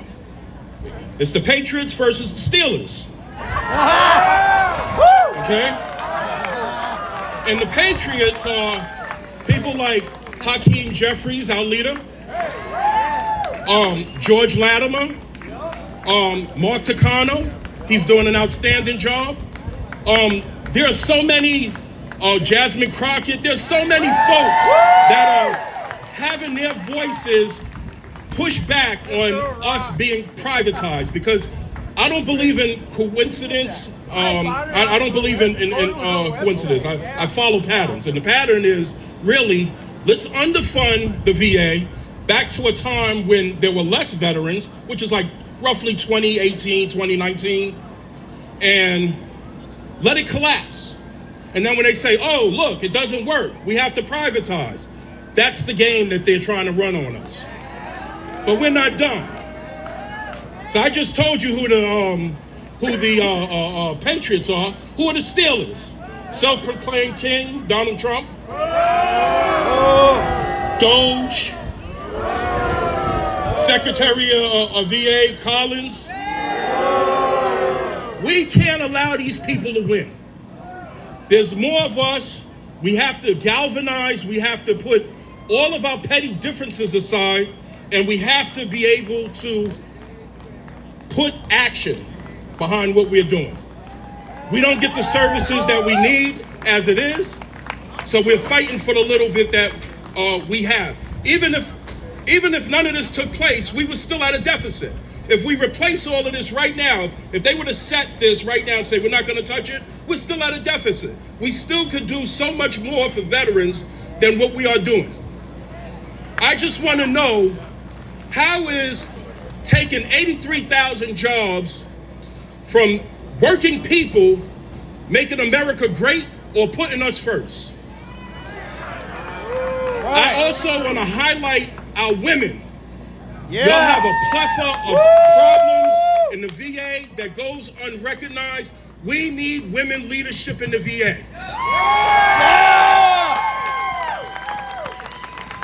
With that said, I really want to highlight a couple of unsung heroes from my home, New York.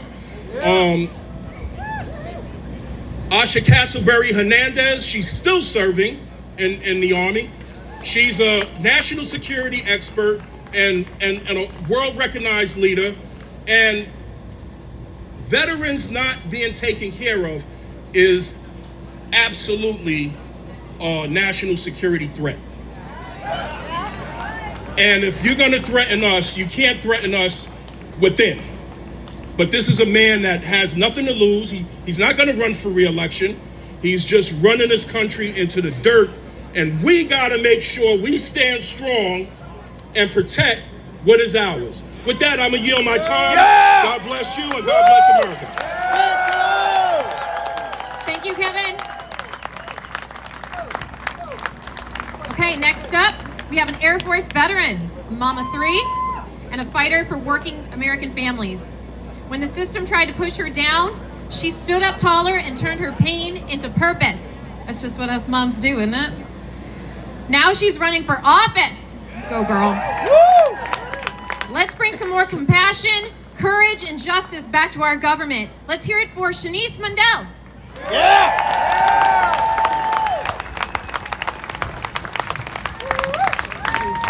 Hello, everyone. Thanks for having me. I joined the Air Force right out of high school. My mother was a single parent, and we didn't have money for me to go to college. So after a short enlistment, I was honorably discharged and went into the private sector. As a veteran, I was able to use my benefits to purchase a house as a single mom and raise 3 kids, 3 beautiful kids that are thriving right now. I've never had to use any other VA benefits because of the jobs that I held previously. In August of last year, I took a leap of faith and decided to join the federal workforce to continue on as a civil servant. I was so excited after that process, and I was ready to start a new career as a federal employee. But on February 13th, I was fired by this administration through a pre-recorded video call. I had 30 minutes to gather up my things, say goodbye to my colleagues, and I had my access terminated. The last 3.5 months have been a roller coaster ride. Whiplash. I've been fired, rehired, brought back on admin leave with pay. Now I'm on leave without pay, a total disregard of the court order. I have gone through all the stages of grief. Right now, I'm pissed off. You know, veterans fought for this country, and to be treated this way by the administration and the American people is so disheartening. With all the firings right now is not the time to be cutting any veterans programs. We're gonna need them more than ever. I'm gonna keep shining light on the situation and tell my story, your story, our story. We deserve better. We raised our hands and took an oath to protect this country, something the current occupant of the People's House refused to do. I am in this fight for the long haul, and hopefully my name will be on a ballot in the near future. Go, girl! With God, I know all things are possible. I'm going to fight for democracy, because when we fight, we win. Woo! All right. Check. Thank you, Shanice. Thank you so much. Our next speaker is the embodiment of the value of resilience. He's an Air Force vet who deployed overseas right next to burn pits. And it messed him up. But he is living proof. And I mean living proof, because Tim has a hell of a lot more life left in him. He is living proof that one veteran can change the lives of thousands. Tim is the reason the PACT Act passed, along with a handful of his brothers who camped out on those steps, who didn't take no for an answer, who looked at the senators who high-fived when they killed that bill and said, no, we're not gonna live with that, right? We're gonna answer that with action. Tim, come on out. Another one of my heroes, Tim Hauser. Hello, my fellow veterans. How you doing out there? Let them hear you all across the country.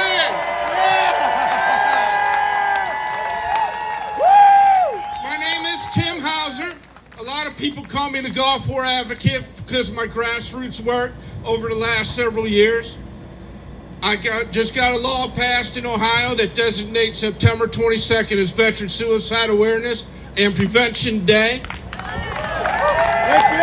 I have been holding rallies across the state of Ohio in support of VA employees and veterans benefits and services and health care.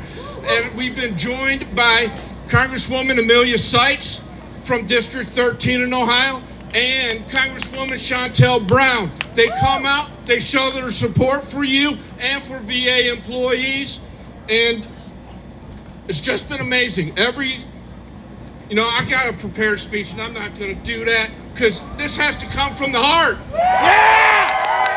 Right! I don't know about you all out there, but I am one pissed off fucking veteran. Yeah! I am sick and tired of broken promise after broken promise after fucking broken promise. When we advocated for the PACT Act, we thought the bill was going to pass. So we all came to Washington, D.C., and we were going to celebrate the day after the vote. Unfortunately, sitting in my hotel room, I watched in horror as Senate Republicans voted no after no after no, and they shot the bill down. While they were doing that, Senator Ted Cruz had the nerve to high-five and fist bump the other Republicans that voted against the bill. It's amazing that man even got reelected. Yeah. But we ended up sleeping on the Capitol steps in that building behind us to let them know that we were not going to take it anymore. So we called out those senators, and we finally got the bill passed, and President Biden signed the bill several weeks later. Yeah! Now, unfortunately, they're trying to take that away from us. A couple months ago, when they voted on the continuous resolution to keep the government open, they defunded the PACT Act by over $20 billion. How are they going to take care of us toxic exposed veterans when it has no money? That's right, shame. But I'm here to ask a big, huge favor of you all. We're going to make a little noise because the building behind us, those people need to hear you. The jerk that's over in the building over here at the White House, he needs to hear you. And Secretary Doug Collins definitely needs to know it's not his VA. That's right! That VA belongs to us veterans. Yeah! He needs to listen to us. That's right! That is our VA. That's right! That is our spouse's VA. That is our dependent's VA. And he needs to leave it alone. So I'm going to ask you to make some noise with me right now. Woo! Hands off our VA! Hands off our VA! Hands off our VA! Hands off our VA! Hands off our VA! Hands off our VA! Now, at my rallies, I get messages and emails from VA employees at the facilities that we go and do these rallies at. A lot of them are our brothers and sisters. They served right alongside us. They're scared to death. They're being harassed. Every Monday, a supervisor has to be shown proof that they sent in that Doge email with 5 points of what they did the week before. If they do not fill it out, they're walked out. So they have fired more than 2,400 employees already. Now they want them to sign an NDA. So when they do get fired, they're not allowed to talk about it. Don't sign it! Don't sign anything! You know, when they nominated Doug Collins to become VA Secretary, I'm like, great, we got a veteran in there finally. You got that right. He is a lying son of a bitch. He's turned his backs on his own brothers and sisters. He does not deserve to have that job. So one more time, Let's make some noise. Let them hear you. I want them to know across this country that they can no longer do budget cuts on the backs of veterans. We're not going to take it anymore. So hands off RVA! Hands off RVA! Hands off RVA! Hands off RVA! Hands off RVA! Hands off RVA! Thank you for allowing me to speak to you today. My name is Tim Hauser.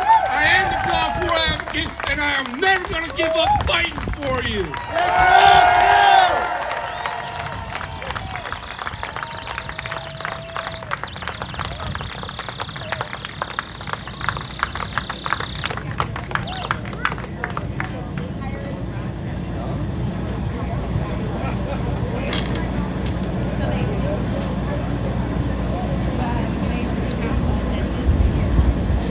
Good afternoon. My name is Caitlin Yancey. I'm a Navy veteran, a veteran spouse, mother of 4, and the Director of Membership Programs at Iraq and Afghanistan Veterans of America.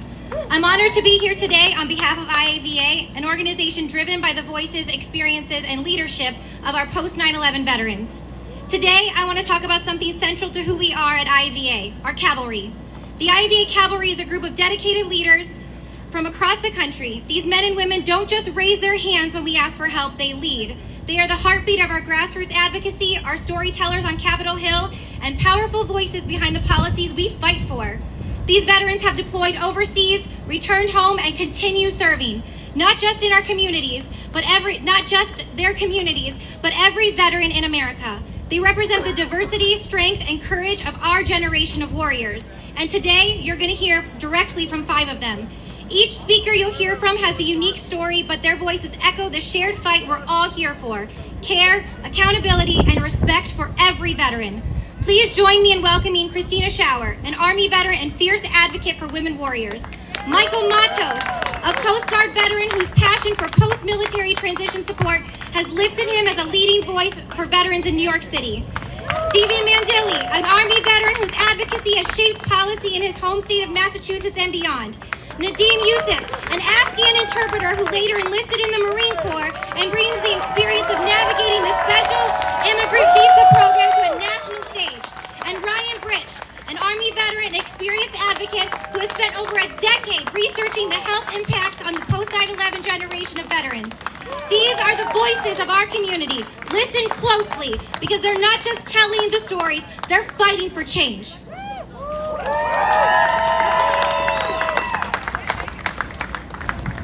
Good afternoon, sisters and brothers. My name's Christina Schauer. I am an IAVA Cavalry member, leadership fellow, and a U.S. Army Iraq War veteran. I also lead a nonprofit focused on providing advocacy for the unique needs of women veterans and service members called the Tri-State Women Warriors out of Iowa, Illinois, and Wisconsin. I'm here today because of Madeline, my daughter. 13 years ago, she was diagnosed with a fatal birth defect and born still. I'll never know why we were chose to bear that cross, but I know this: our sisters and brothers are falling ill from toxic exposures. It's possible that those toxic exposures could also cause harm to our unborn children. Research shows that women who served in Vietnam were more likely to have children born with moderate or severe birth defects. And we are not studying to see whether the same is true for those of us who served in Iraq and Afghanistan. This is a time-sensitive target. Every day that goes by without answers, we lose the opportunity to educate, to prevent, and to give another child the chance at life that Madeline never had. And when we start scrubbing research grants for DEI terms like female and women,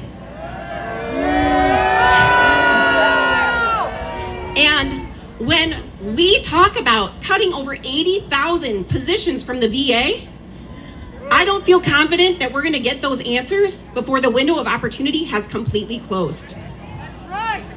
And I keep hearing promises that these cuts won't affect anything mission critical, but I have to ask, Who decides what is mission critical? Does anyone at that table represent me?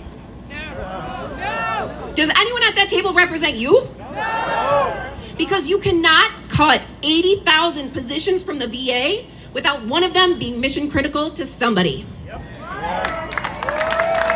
Yeah. And when we start calling words like equity and inclusion divisive, you can rest assured that those who are already underrepresented will suffer the most. Now, I care a lot about women veteran research, but the scope of this goes far beyond that. So today, we unite. Our warrior ethos will not allow us to leave our battle buddies behind, and we're not going to let them settle for anything less than they have earned.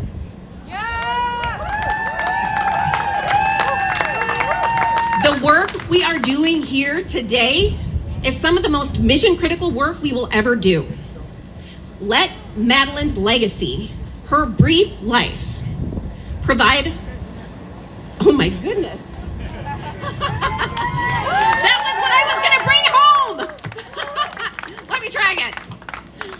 Let Madeline's brief life provide a legacy that ensures we protect our most vulnerable and we don't allow them to be expendable in a system that was built to, oh my goodness. In a system that was built to suppress their voice and their value, because we are all mission critical.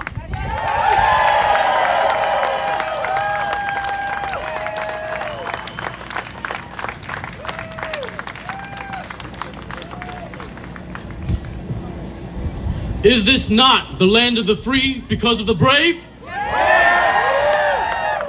Then why does it feel like this administration has forgotten that? My name is Michael Matos.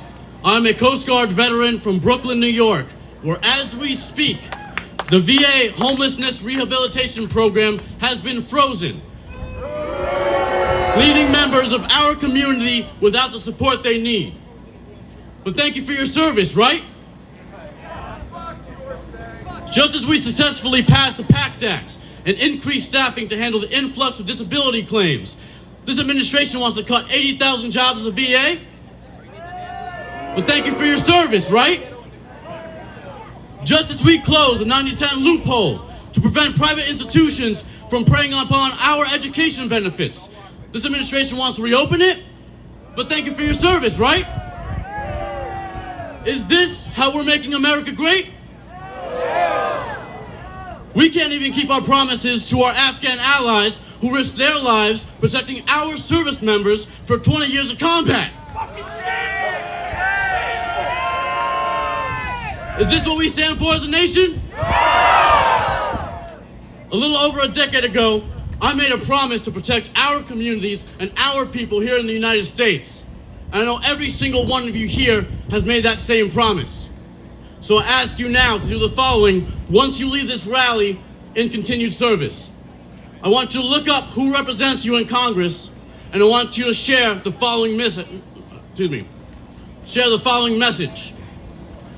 You will not use us as campaign marketing every 4 years and then abandon us once the ballots are counted. You will not glorify us in the streets and then condemn us behind closed doors. You will not unravel the Constitution and trample upon the liberties it protects, regardless of citizenship. And above all else, I want you to let them know that despite their hopes for us dying off and saving them the economic responsibility of 20 years of war, we're still here!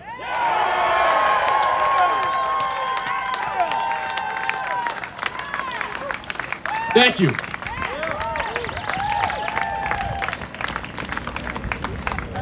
Hello, thank you everyone for sticking around. Thank you for everyone watching at home. I want to thank all the volunteers that are here today. You guys did an incredible job throughout the day. Thank you so much. My name is Stephen Mandoli. Over the years, I've been called many things, but the titles I held closest to my heart are husband, father, veteran, and survivor. Today, I want to focus on the last two, being a veteran and a survivor. I've been diagnosed and received treatment for depression, anxiety, and post-traumatic stress disorders. I'm one of tens of millions of people who are affected by mental illness, doing my best to heal, grow, create, laugh, love, and inspire every day. My mental health journey began in 2005 in Iraq after a sustaining spinal cord injury that flipped my life upside down. For a decade, all I could focus on was pain, the chronic physical pain and the chronic mental pain of the abilities and the future that I lost.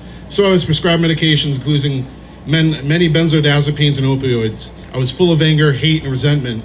I had many rageful and manic episodes where I'd yell at people for looking at me. I would smash and break things. I would headbutt walls and doors. I got into fistfights with strangers. I would get so confused, constantly getting lost when I would leave my house and just cry for hours. One night I decided I didn't want to do this anymore, so I attempted suicide. Fortunately, I choked on the fentanyl, the oxycodone, the Xanax, the Ambien I tried swallowing. The first difficult step was accepting that I had a mental health issue, but the most challenging step was asking for help. Many healthcare professionals and people in recovery understand that sustainable healing and recovery cannot begin until someone is truly ready and committed to change. I approached my primary care doctor at the VA about my plan to stop taking medications I'd been prescribed and replace them with medical cannabis. She put her job on the line by defying VA policy, postponing mandatory urinalysis testing to support me while I tapered off those medications and transitioned to cannabis. Over the course of the decade, I've been prescribed 57 different medications, including 8 opioids. The withdrawals were hell, but in just 5 months, I was completely off all of them. And my doctor explained that I was her first patient.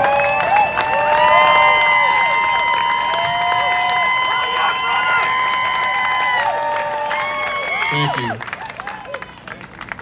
I was completely off all of them. My doctor explained to me I was her first patient in 20 years of working at the VA to successfully get off those drugs. When she said that, I felt a brief moment of pride, followed quickly by sadness, because in that moment, I realized how many people I'd loved, grown up with, or served with alongside would never got that chance. Too many lives have been lost to mental health struggles and the disease of addiction. The truth stays with me. It reminds me why speaking up, seeking help, and fixing the system matters so much. The reality is stark. Veterans make up about 6% of the U.S. adult population, but account for approximately 20% of all suicides. That means around 18 die by suicide every day. Moreover, between 2010 and 2019, the age-adjusted overdose mortality rate among veterans increased by 53%, with synthetic opioids like fentanyl being a significant contributor. These statistics aren't just numbers, they represent the lives lost, families shattered, and communities grieving. They highlight the unique challenges veterans face and the critical role the VA plays in addressing them. The VA isn't just a healthcare system, it's a lifeline, built to meet the needs of those who served. It's where I found the support to reclaim my life. But today that lifeline is under threat from budget cuts, policy changes that risk and undermine the very foundation we depend on. And what's even more troubling is the silence. The president and his administration chose not to even acknowledge PTSD Awareness Month on the VA's own website. A painful reminder how easily our wounds are stigmatized and ignored when they're invisible. For millions of veterans still fighting the battle inside, that kind of neglect sends a dangerous message that our pain doesn't matter. As veterans, we must stand united to protect and strengthen the VA. Our experiences, our health, our lives depend on it. Let's make sure every veteran has the support they need to heal, survive, and thrive, and that no one in power ever forgets the cost of their actions. Thank you.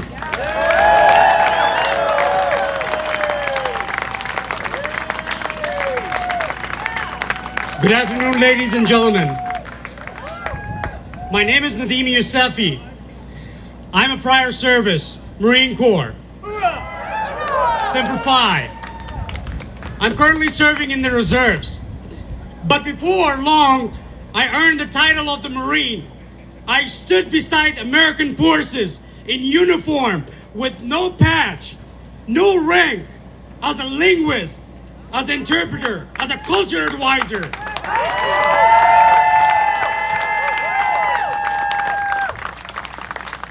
I work with the Department of State Drug Enforcement Administration as an interpreter from 2010 to 2015.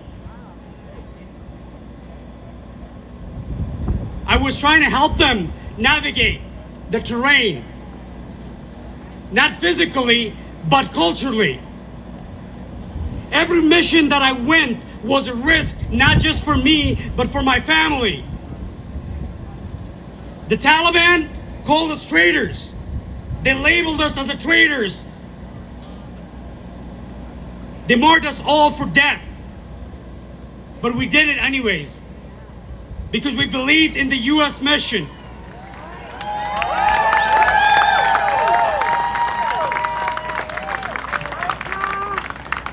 We believed in the promise in 2015.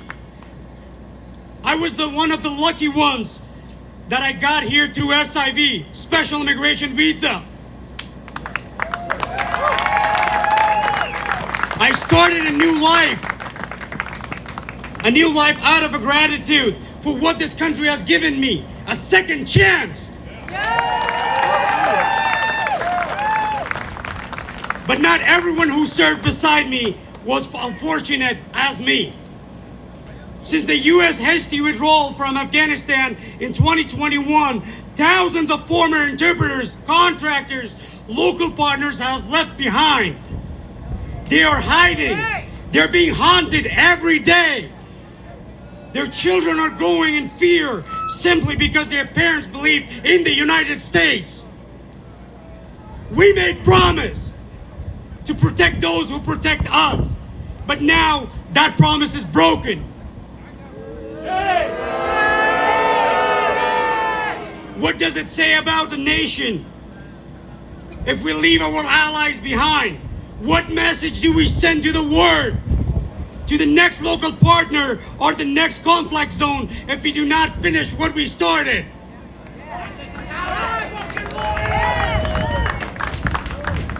I'm here today to call on our leaders to act. We need to increase the cap on a special immigration visa or SIV. The blockage is unacceptable. Families are waiting years for paperwork to process while the clock ticks on their lives. We also need a robust funding and expansion and relocation efforts like CARE program. These aren't handouts that we think. These are lifelines. These are obligations. This isn't just about an honor, though that matters. This is about national security. The world is watching us, remember. If we don't stand behind those who stood with us, why should anyone in the world would trust us again? Why would anyone help our troops, share intelligence, or assist American diplomats? To my fellow veterans here, I know many of you feel the same. I've spoken with many Marines, soldiers, sailors, knowing about their interpreters are still over there. Some of them have been trying to get their friends out for years, making calls, writing letters, raising money. They're doing their part. Now it's time for our government to do the same. Thank you. Semper Fi. All right, can we make some noise for all of our civil servants? In the last 4 months, federal employees have been called saboteurs, fraudsters, liars, cheats, swamp creatures infested with ticks. Civil servants have been labeled worthless parasites and stigmatized as morally inferior to real Americans. This poisonous rhetoric will spread fear, blame, and divisiveness. This administration has adopted a policy of demonization, peddling the idea that federal employees are shameful and lazy. This tactic of dehumanization is as old as time, favored by despots as it creates a mental loophole in our psyche, allowing us to harm others.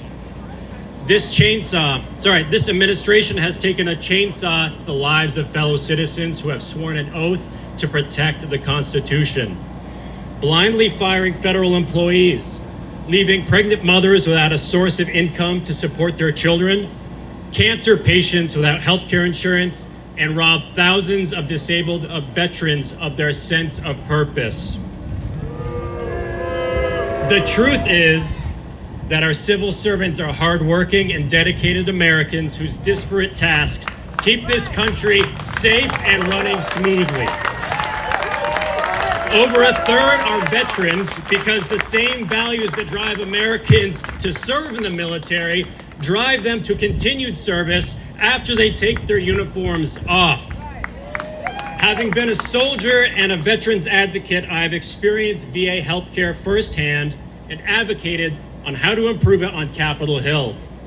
I've experienced the benefits of trauma-focused psychotherapy for PTSD and have spent countless hours studying the reports comparing VA and private sector healthcare. The fact is, VA offers higher quality and more culturally competent care than the private sector can. VA also has shorter wait times, is leaner, and costs less. VA is a system worth saving. Today, VA is facing its greatest threat yet. Secretary Doug Collins, an election-denying used car salesman. In February, without any staff input, Collins cut hundreds of VA contracts and said they were just for PowerPoint and meeting minutes. These critical contracts are actually directly related to patient safety and included Legionella testing and the sterilization of surgical equipment. Collins has blindly terminated thousands of VA employees without notice and told the public that patient care would not be impacted. He lied. Many of the terminated employees held critical roles, including clinic managers, vet center staff, and employees at the Veterans Crisis Line. And now Collins wants to purge an additional 83,000 VA employees, nearly a fifth of all staff. He continues to claim that these terminations will not impact patient care, but that's not possible. Now is not the time to weaken VA, not as our Vietnam War veterans age and rates of rare and aggressive forms of cancer among post-9/11 veterans skyrocket. Congress needs to reclaim their oversight powers and ensure Collins fulfills Lincoln's promise, our most sacred task. Secretary Collins, quit scaring the veterans.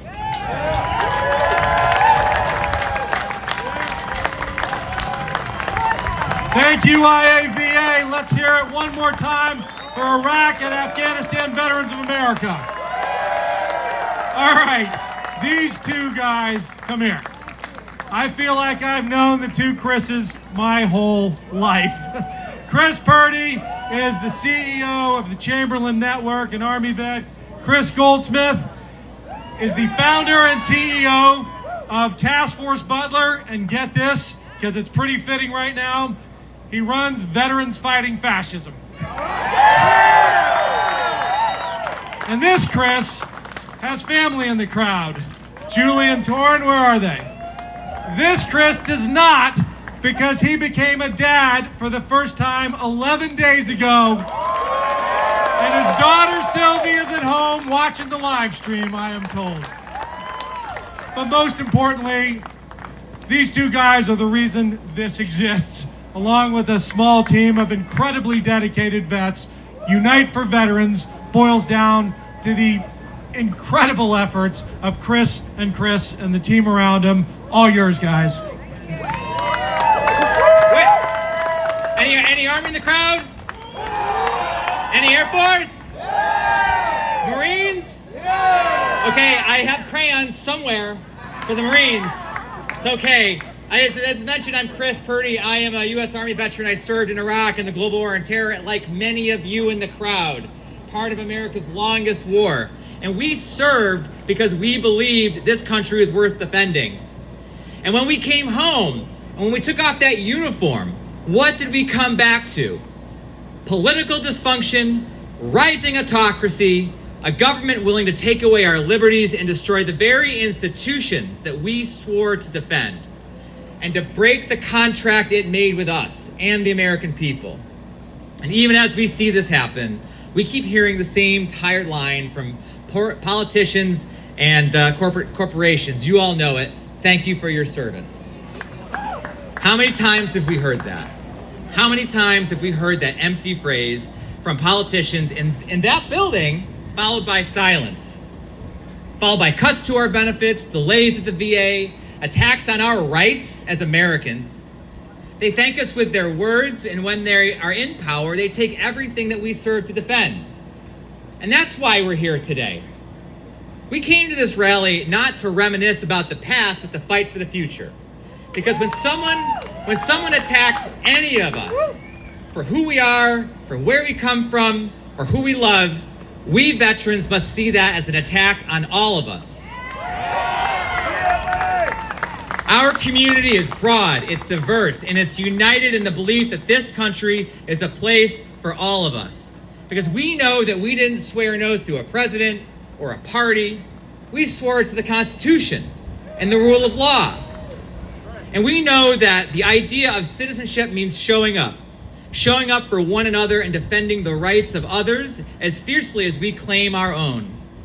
And that's the kind of service that we need now. Because as veterans, we know that national service isn't just found on the battlefield. It's found in classrooms and town halls and neighborhood meetings and nonprofit offices and every act that moves this country closer to the ideals it was founded on. So if you're wondering, this rally is not the end. It's the start of something new.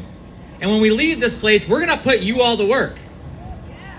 We're gonna put you to work defending our democracy and the promises that America made to us as veterans. Yes, promises like benefits and health care, but also promises like free and fair elections. Promises like due process under the law. The promise of living in a country without fear of retribution because of what you say or who you are. So we are going to mobilize veteran organizations at every level to defend our democracy and our communities. So if you are a local organization who wants to be connected with veterans, join us. If you are a veteran who wants to be part of a national movement that supports American ideals, join us. And if you're a community member who's never wore the uniform, but still believes in service and wants to stand alongside us, then join us.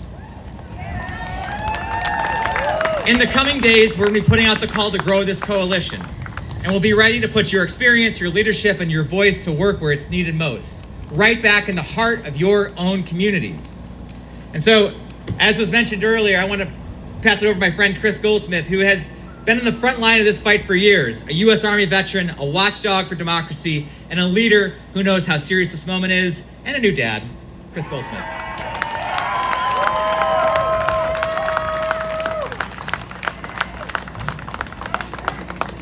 Memorial Day 2005, I was in Iraq. I was 19 years old. I was 14 days off of exhuming a mass grave and photographing it. Memorial Day 2007, I had been stop-lossed. My exit term is, my ETS date, my exit term of service date, turned into my new deployment date. I got about 4 months of warning between the stop-loss orders and what would have been the end of my enlistment. Memorial Day, I went out onto Soldiers Field on Fort Stewart, Georgia, and I took a handful of Percocet and a bottle of vodka, and I tried to go. They plant a tree in that field for every one of my brothers and sisters who've fallen from the 3rd Infantry Division. For that crime, I was kicked out of the Army with a less than honorable discharge, a general discharge. They stripped of me my GI Bill. I exited the Army into the Great Recession and was completely unemployable for years. It was the VA that helped put me back together. Now, it was a long and hard 5 years where I was in crisis. But it didn't matter if I showed up without an appointment. If I went to my VA and I said I needed to talk to somebody, my doctor would skip his lunch and make sure that he saw me right then and there. Because of the Department of Veterans Affairs and their healthcare system and the flexibility that my VA doctors had, even when the VA was not doing so great in 2008, 2009. It was underfunded, it was understaffed. Iraq and Afghanistan veterans were just getting out. Vietnam veterans were aging. World War II veterans were still filling the hospitals. The people who worked at the VA genuinely cared about my existence. And that is why on Memorial Day of 2025, Sylvie Faye Goldsmith was born.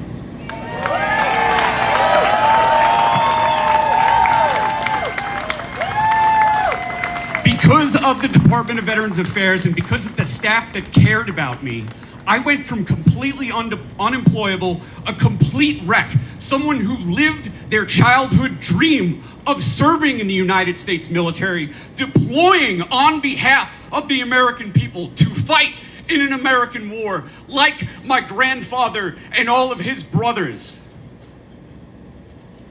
I turned into a wreck, but the VA brought me back. Because of Voc Rehab, another essential benefit, I did not qualify for the GI Bill still. Still had that bad paper. Voc Rehab sent me to school. I started off at community college with no confidence and a complete fear of failure.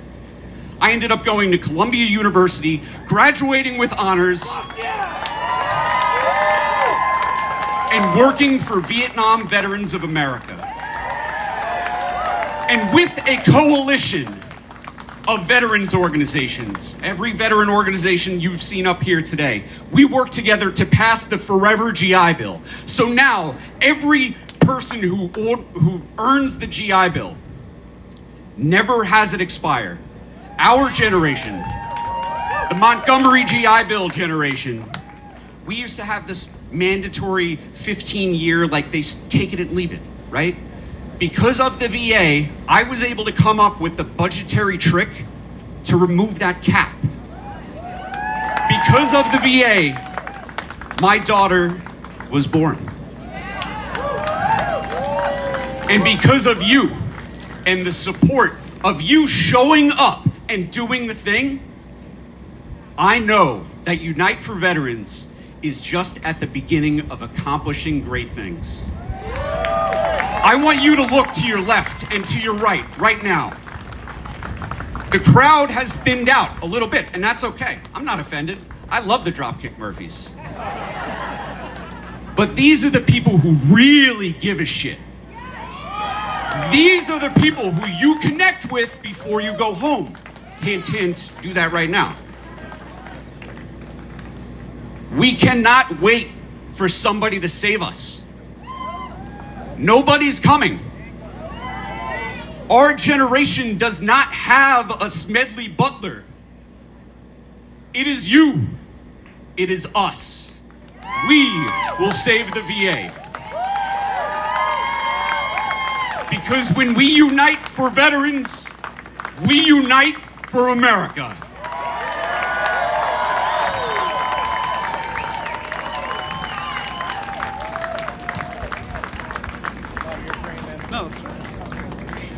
Okay, Rally family, how are we feeling? Love to hear it. Okay, our next two guests are proof that duty to country does not end with uniform or party lines. They may come from different sides of the aisle, but they share the same oath, the same courage, and the same commitment. Connor Lamb is a Marine Corps veteran, a former federal prosecutor, and a Pennsylvania congressman who always puts service and solutions ahead of sound bites. He fought for veterans, for workers, and for families with quiet strength and unshakable integrity. Adam Kinzinger is an Air Force veteran and an Illinois congressman who stands when it mattered most, defending democracy, calling out extremism, and putting principle over politics even when it came at a personal cost. These two public servants may have come from different parties, but they are walking the same path now, the path of truth, accountability, and unity. Please welcome these two patriots and that remind us what real leadership looks like. Connor Lamb and Adam Kinzinger. Hey, what's up, everybody? Man, what a fired up crowd. This is great. Thank you so much. Listen, I know that you guys have had everybody tell you all the good reasons to do what you're doing. And I want to say thank you so much, because if anybody has any doubt about the future of this country, whether we'll get through any of these tough moments, I have no doubt, because all I have to do is look around. This is from the ground up. These are people that have said, we believe in our democracy, we believe in our veterans. One thing I want to do, though, because we've talked about a lot, one thing I want to do is talk about why this matters so much. So if you think back to the founding of this country, I want you to think back to the Revolution, right? To a bunch of people standing around saying, you know what, I think we can throw off the British crown, but every one of them had families, they had farms, they had lives, but they made a decision to put principles above what was convenient at that moment. And then you think through all the wars to the Civil War, when an entire generation of Americans stood up to free slaves and preserve the Union at incredible cost. And even after that, America persevered. It persevered through the First World War into the greatest generation, people like my grandfather, who stared down the Nazis in France, by the way, and who could never talk about it because of the damage that it took on him psychologically. And then I think about the Korean War. And if you ever wonder, by the way, what America means, just look at that satellite image of North and South Korea. And if you look at South Korea with the bright lights, you know what America and what freedom means to the world. And then I think about the Vietnam veterans, by the way, that generation. Those of you here that served in Vietnam, you have a special spot in every one of our hearts up here because of what you endured and persevered so we didn't have to. I think about the peacetime veterans. I think about the Cold War veterans, the Desert Storm veterans, the post 9/11 generation. And my point is this: in 250 years of American history, going through ups, going through downs, it leads us to this finite moment right here, where all these things have been put on different generations.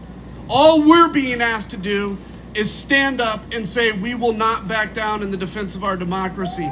All we're being asked to do is to stand up for our veterans and say veterans are more important than tech oligarchs.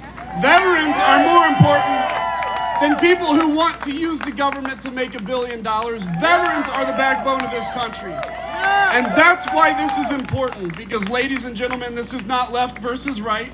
This is not even Republican against Democrat. This is freedom and democracy and support for our veterans against those that don't appreciate it and those that would seek authoritarianism in our country. And we're going to say no to that. And we're going to say no loudly. So I just want to say to every one of you, keep your hopes up. Get out there. Go to buildings like behind us. Talk to your members of Congress. Talk to your senators. Let them know that we will not be silent because we all stand here together. It doesn't matter where we come from, what state we grew up in, what our ethnicity is, who we love, any of our background. The only thing that matters is we are proud Americans and we refuse to relent. Ladies and gentlemen, I'd like to introduce my friend Connor Lamb.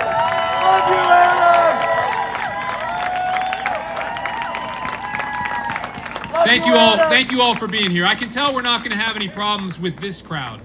I will say, in my experience, sometimes it's a little hard to get veterans to speak up on their own behalf, isn't it? Because your service taught you that it's not about you.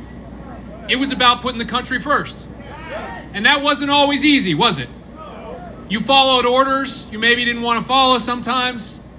You looked out for the person to your right and to your left, even when you didn't like that person. You went out in the heat, in the cold, in the rain. I'm told they even do that in the Air Force, actually, right? Yeah. You did all those things because you knew the country needed something done. But we have come to a time when people who work down there and people who work in the Oval Office, who never served a day in their lives, are throwing out people who served their entire careers. And that service is supposed to be bigger than politics. It is. It's not supposed to be red or blue. But when politicians attack veterans and the people who take care of veterans at the VA, we have to enter the arena. We have to be the ones to speak up about why we served. Was it for a good government job? No. It was about the mission, wasn't it? It was about the country. This attack on our veterans and their jobs and the people who take care of them is an attack on every single one of us, because it's an attack on what we believe. See, Elon Musk, he came to this town, and what did he do? He pecked at a keyboard. Could that guy survive one day at Parris Island or Fort Benning? He's a pecker! So who is he to judge anyone's service? We have to be the ones to speak up for these public servants. We swore an oath. Was that oath to any president? No! That oath was to the Constitution, which is there exactly for times like these, where people are in government not because they want to serve, but because they want power, and they think they're above the law. What they've done to these veterans is against the law. We swore to serve a government that follows the law, and our service continues. Does your oath continue? Yes, it does. And so it's incumbent upon every single one of us to stand up and say that. And these guys that think they're so powerful because they can fire veterans, they have no idea the power that veterans have as long as we stand together. You have seen your whole lives the power of what we believe in. You've seen how the military brings out the best in people, how real leaders build people up and teach them to leave no one behind, how real leaders set an example of things like honor and courage and commitment, things that are hard to find in the government these days. Hard to find when they rip up union contracts and they break promises to our veterans while they're getting rich. And the corruption, the dishonesty, they want you to think that's just how it works now. That's how things are. You tell me, are we going to accept that? No! This is a democracy last time I checked. So Adam and I want them to hear what you really think. We want them to hear you all the way at the Capitol. We want them to hear you in the Oval Office. And we want to send a message that's not red or blue, that's not Republican or Democrat, and it's bigger than whoever controls the Congress or whoever controls the Oval Office.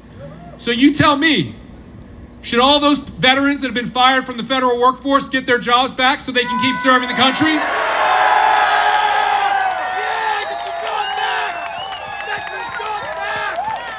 Should the VA be fully funded and the doctors and nurses allowed to do their job?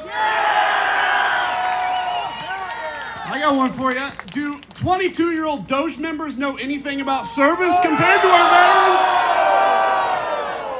And as Americans and American veterans, do we stand with our friends like those fighting for their freedom in Ukraine? That's it. You guys know what this is about. All we can do is ask you to never give up. Every rally, no matter how small, no matter in how red an area, how red a town, it is meaningful. We have to make our voices heard. Your oath continues forever. Please keep speaking up, and thank you for being here today. Thank you.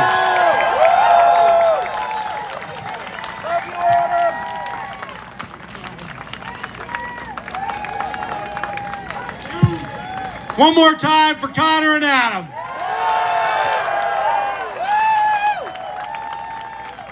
Senate, they have no idea how powerful veterans are when they stick together. They're about to find out. Fred, come on out. Talk about veterans sticking together. I've known this guy for forever, 15 years, back when the veterans movement really started to get steam. Fred has been there from the beginning, one of the most tireless advocates for veterans. After a career in the U.S. Army flying Black Hawks and the SH-60 crews out here, a few, all right. Harvard, West Point, he's got the pedigree, but he's also got the heart. This guy has fought since his entire career in the Army, and since then he's now the host of On Democracy with F.P. Wellman on Midas Touch. I see a few Midas Touch signs out there. I'm going to hand it over to Fred, buddy. Bring us home. You know, I know I'm the last thing standing between you and the Metro and I-95. and beer. So I tell you what, I'll try not to keep us too long, but I want to tell you where we're going.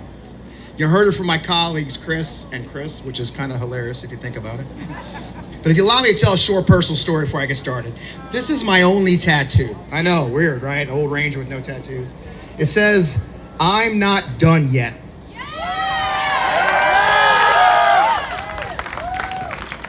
It was originally the theme of my Army retirement speech, but if you've ever been one of those that's attending, like, if you've ever been to an army, like a retirement ceremony in the military, it's like going to a funeral, isn't it? Like everybody's writing a eulogy about this guy and his career, you know, like he's dead. And I was up at midnight finishing my speech because, you know, that's what you do. If you wait to the last minute, it only takes a minute. And so I'm sitting there, I'm like, Jesus Christ, I'm 44 years old, I'm writing my eulogy. So I deleted the whole damn thing, as one does, and I just typed out, well, I'm not done yet. I was 44, I had 22 years in the Army, but I was just getting started with a whole new life after service, as we must do. So I went from there, and for years became my personal affirmation in my head. When I failed, I said, you know what? I'm not done yet. When I screwed things up, I said, you know what? That was bad, but I'm not done yet. When I was despairing, thinking about ending it all, as I wallowed in my PTSD, I always said to myself, you know, I'm not done yet. I'm not there. Now you can see it, but if you can't see it probably, but there's no punctuation. Some days it's a period. Some days it's a exclamation point. Some days it's a freaking question mark. I'm not done yet. But goddamn it, that's where it is. I got that done in a particularly dark period of my life just to kind of remind me.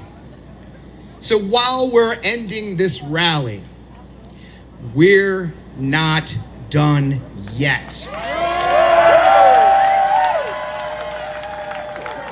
This is the beginning of a long movement. There won't be a resounding victory. I can't promise you we'll be waving flags on a hill. It's going to be a long slog as we fight back to preserve our democracy, preserve our benefits, preserve the Constitution that we swore an oath to defend.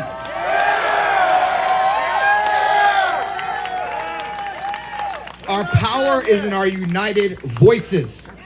This rally has been about uniting for veterans mostly, right? We talked about VA, my friends have talked about their services. But you see the second part up there? Unite for America. I want you to take this experience with you at home across the country. We have people from all 50 states. We're on a live stream across the country. Hell, C-SPAN's here. We are veterans.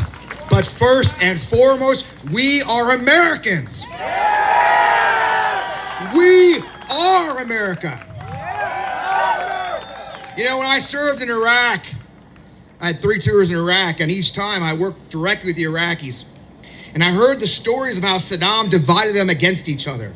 Sunni hated Shia, Shia hated Sunni, everybody hated the Kurds. Saddam, you know, militias fought militias, different sects of politics fought each other. You all saw it if you served in Iraq, dodging freaking rockets. But you know who sat? The rich men, and Saddam and his family sat on it all, laughing at all of them. Because in the end, they divided them against each other and kept their power for 35 years. Does this sound familiar to anybody? Yeah. It does, doesn't it? Yeah. They're trying to pit us against one another. You know, we did this thing, apolitical, right? For a reason. They want us to fight each other. We're united from the foxhole to the front porch. We'll stand beside each other, not divided by partisanship, race, or money. Let no one exploit, scapegoat, or abandon our veterans or our fellow Americans. We must stand for everyone on our shores, especially the poor, the sick, the unseen, the different, and yes, the immigrant.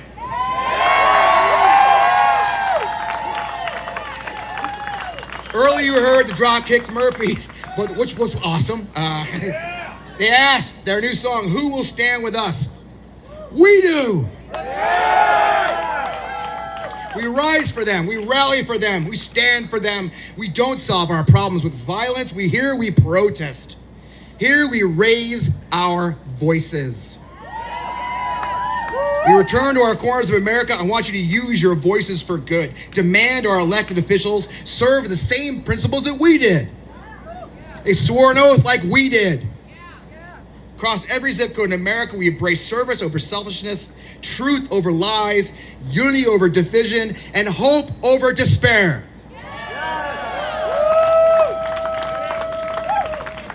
Now is the time for you who have stood with us today, by the way. 8 hours or so, thank you.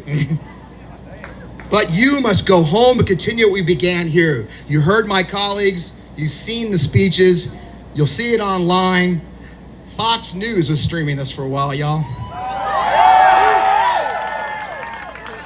But ladies and gentlemen, I'm gonna ask you to repeat something to me. Ladies and gentlemen, we're not done. We're not done. Now is this moment to step forward and speak with one voice because we're not done. We will not accept the dismantling of all we fought for because we're not done. We will not accept the lies because we're not done. We will not accept the destruction of our democracy because we're not done. We are going to go forward. We are not done. We are just beginning. This is a movement, not a moment. I need you to join us. Go to the website. Go to the call of action. Be a part of a movement that matters. This isn't party. This is us, Americans. Those who organized this event today, we're not done. They're over there. We're not done, are we, gang? And neither are you. Thank you for coming out to join us today. Go forth. Take our message across the country. We're not done.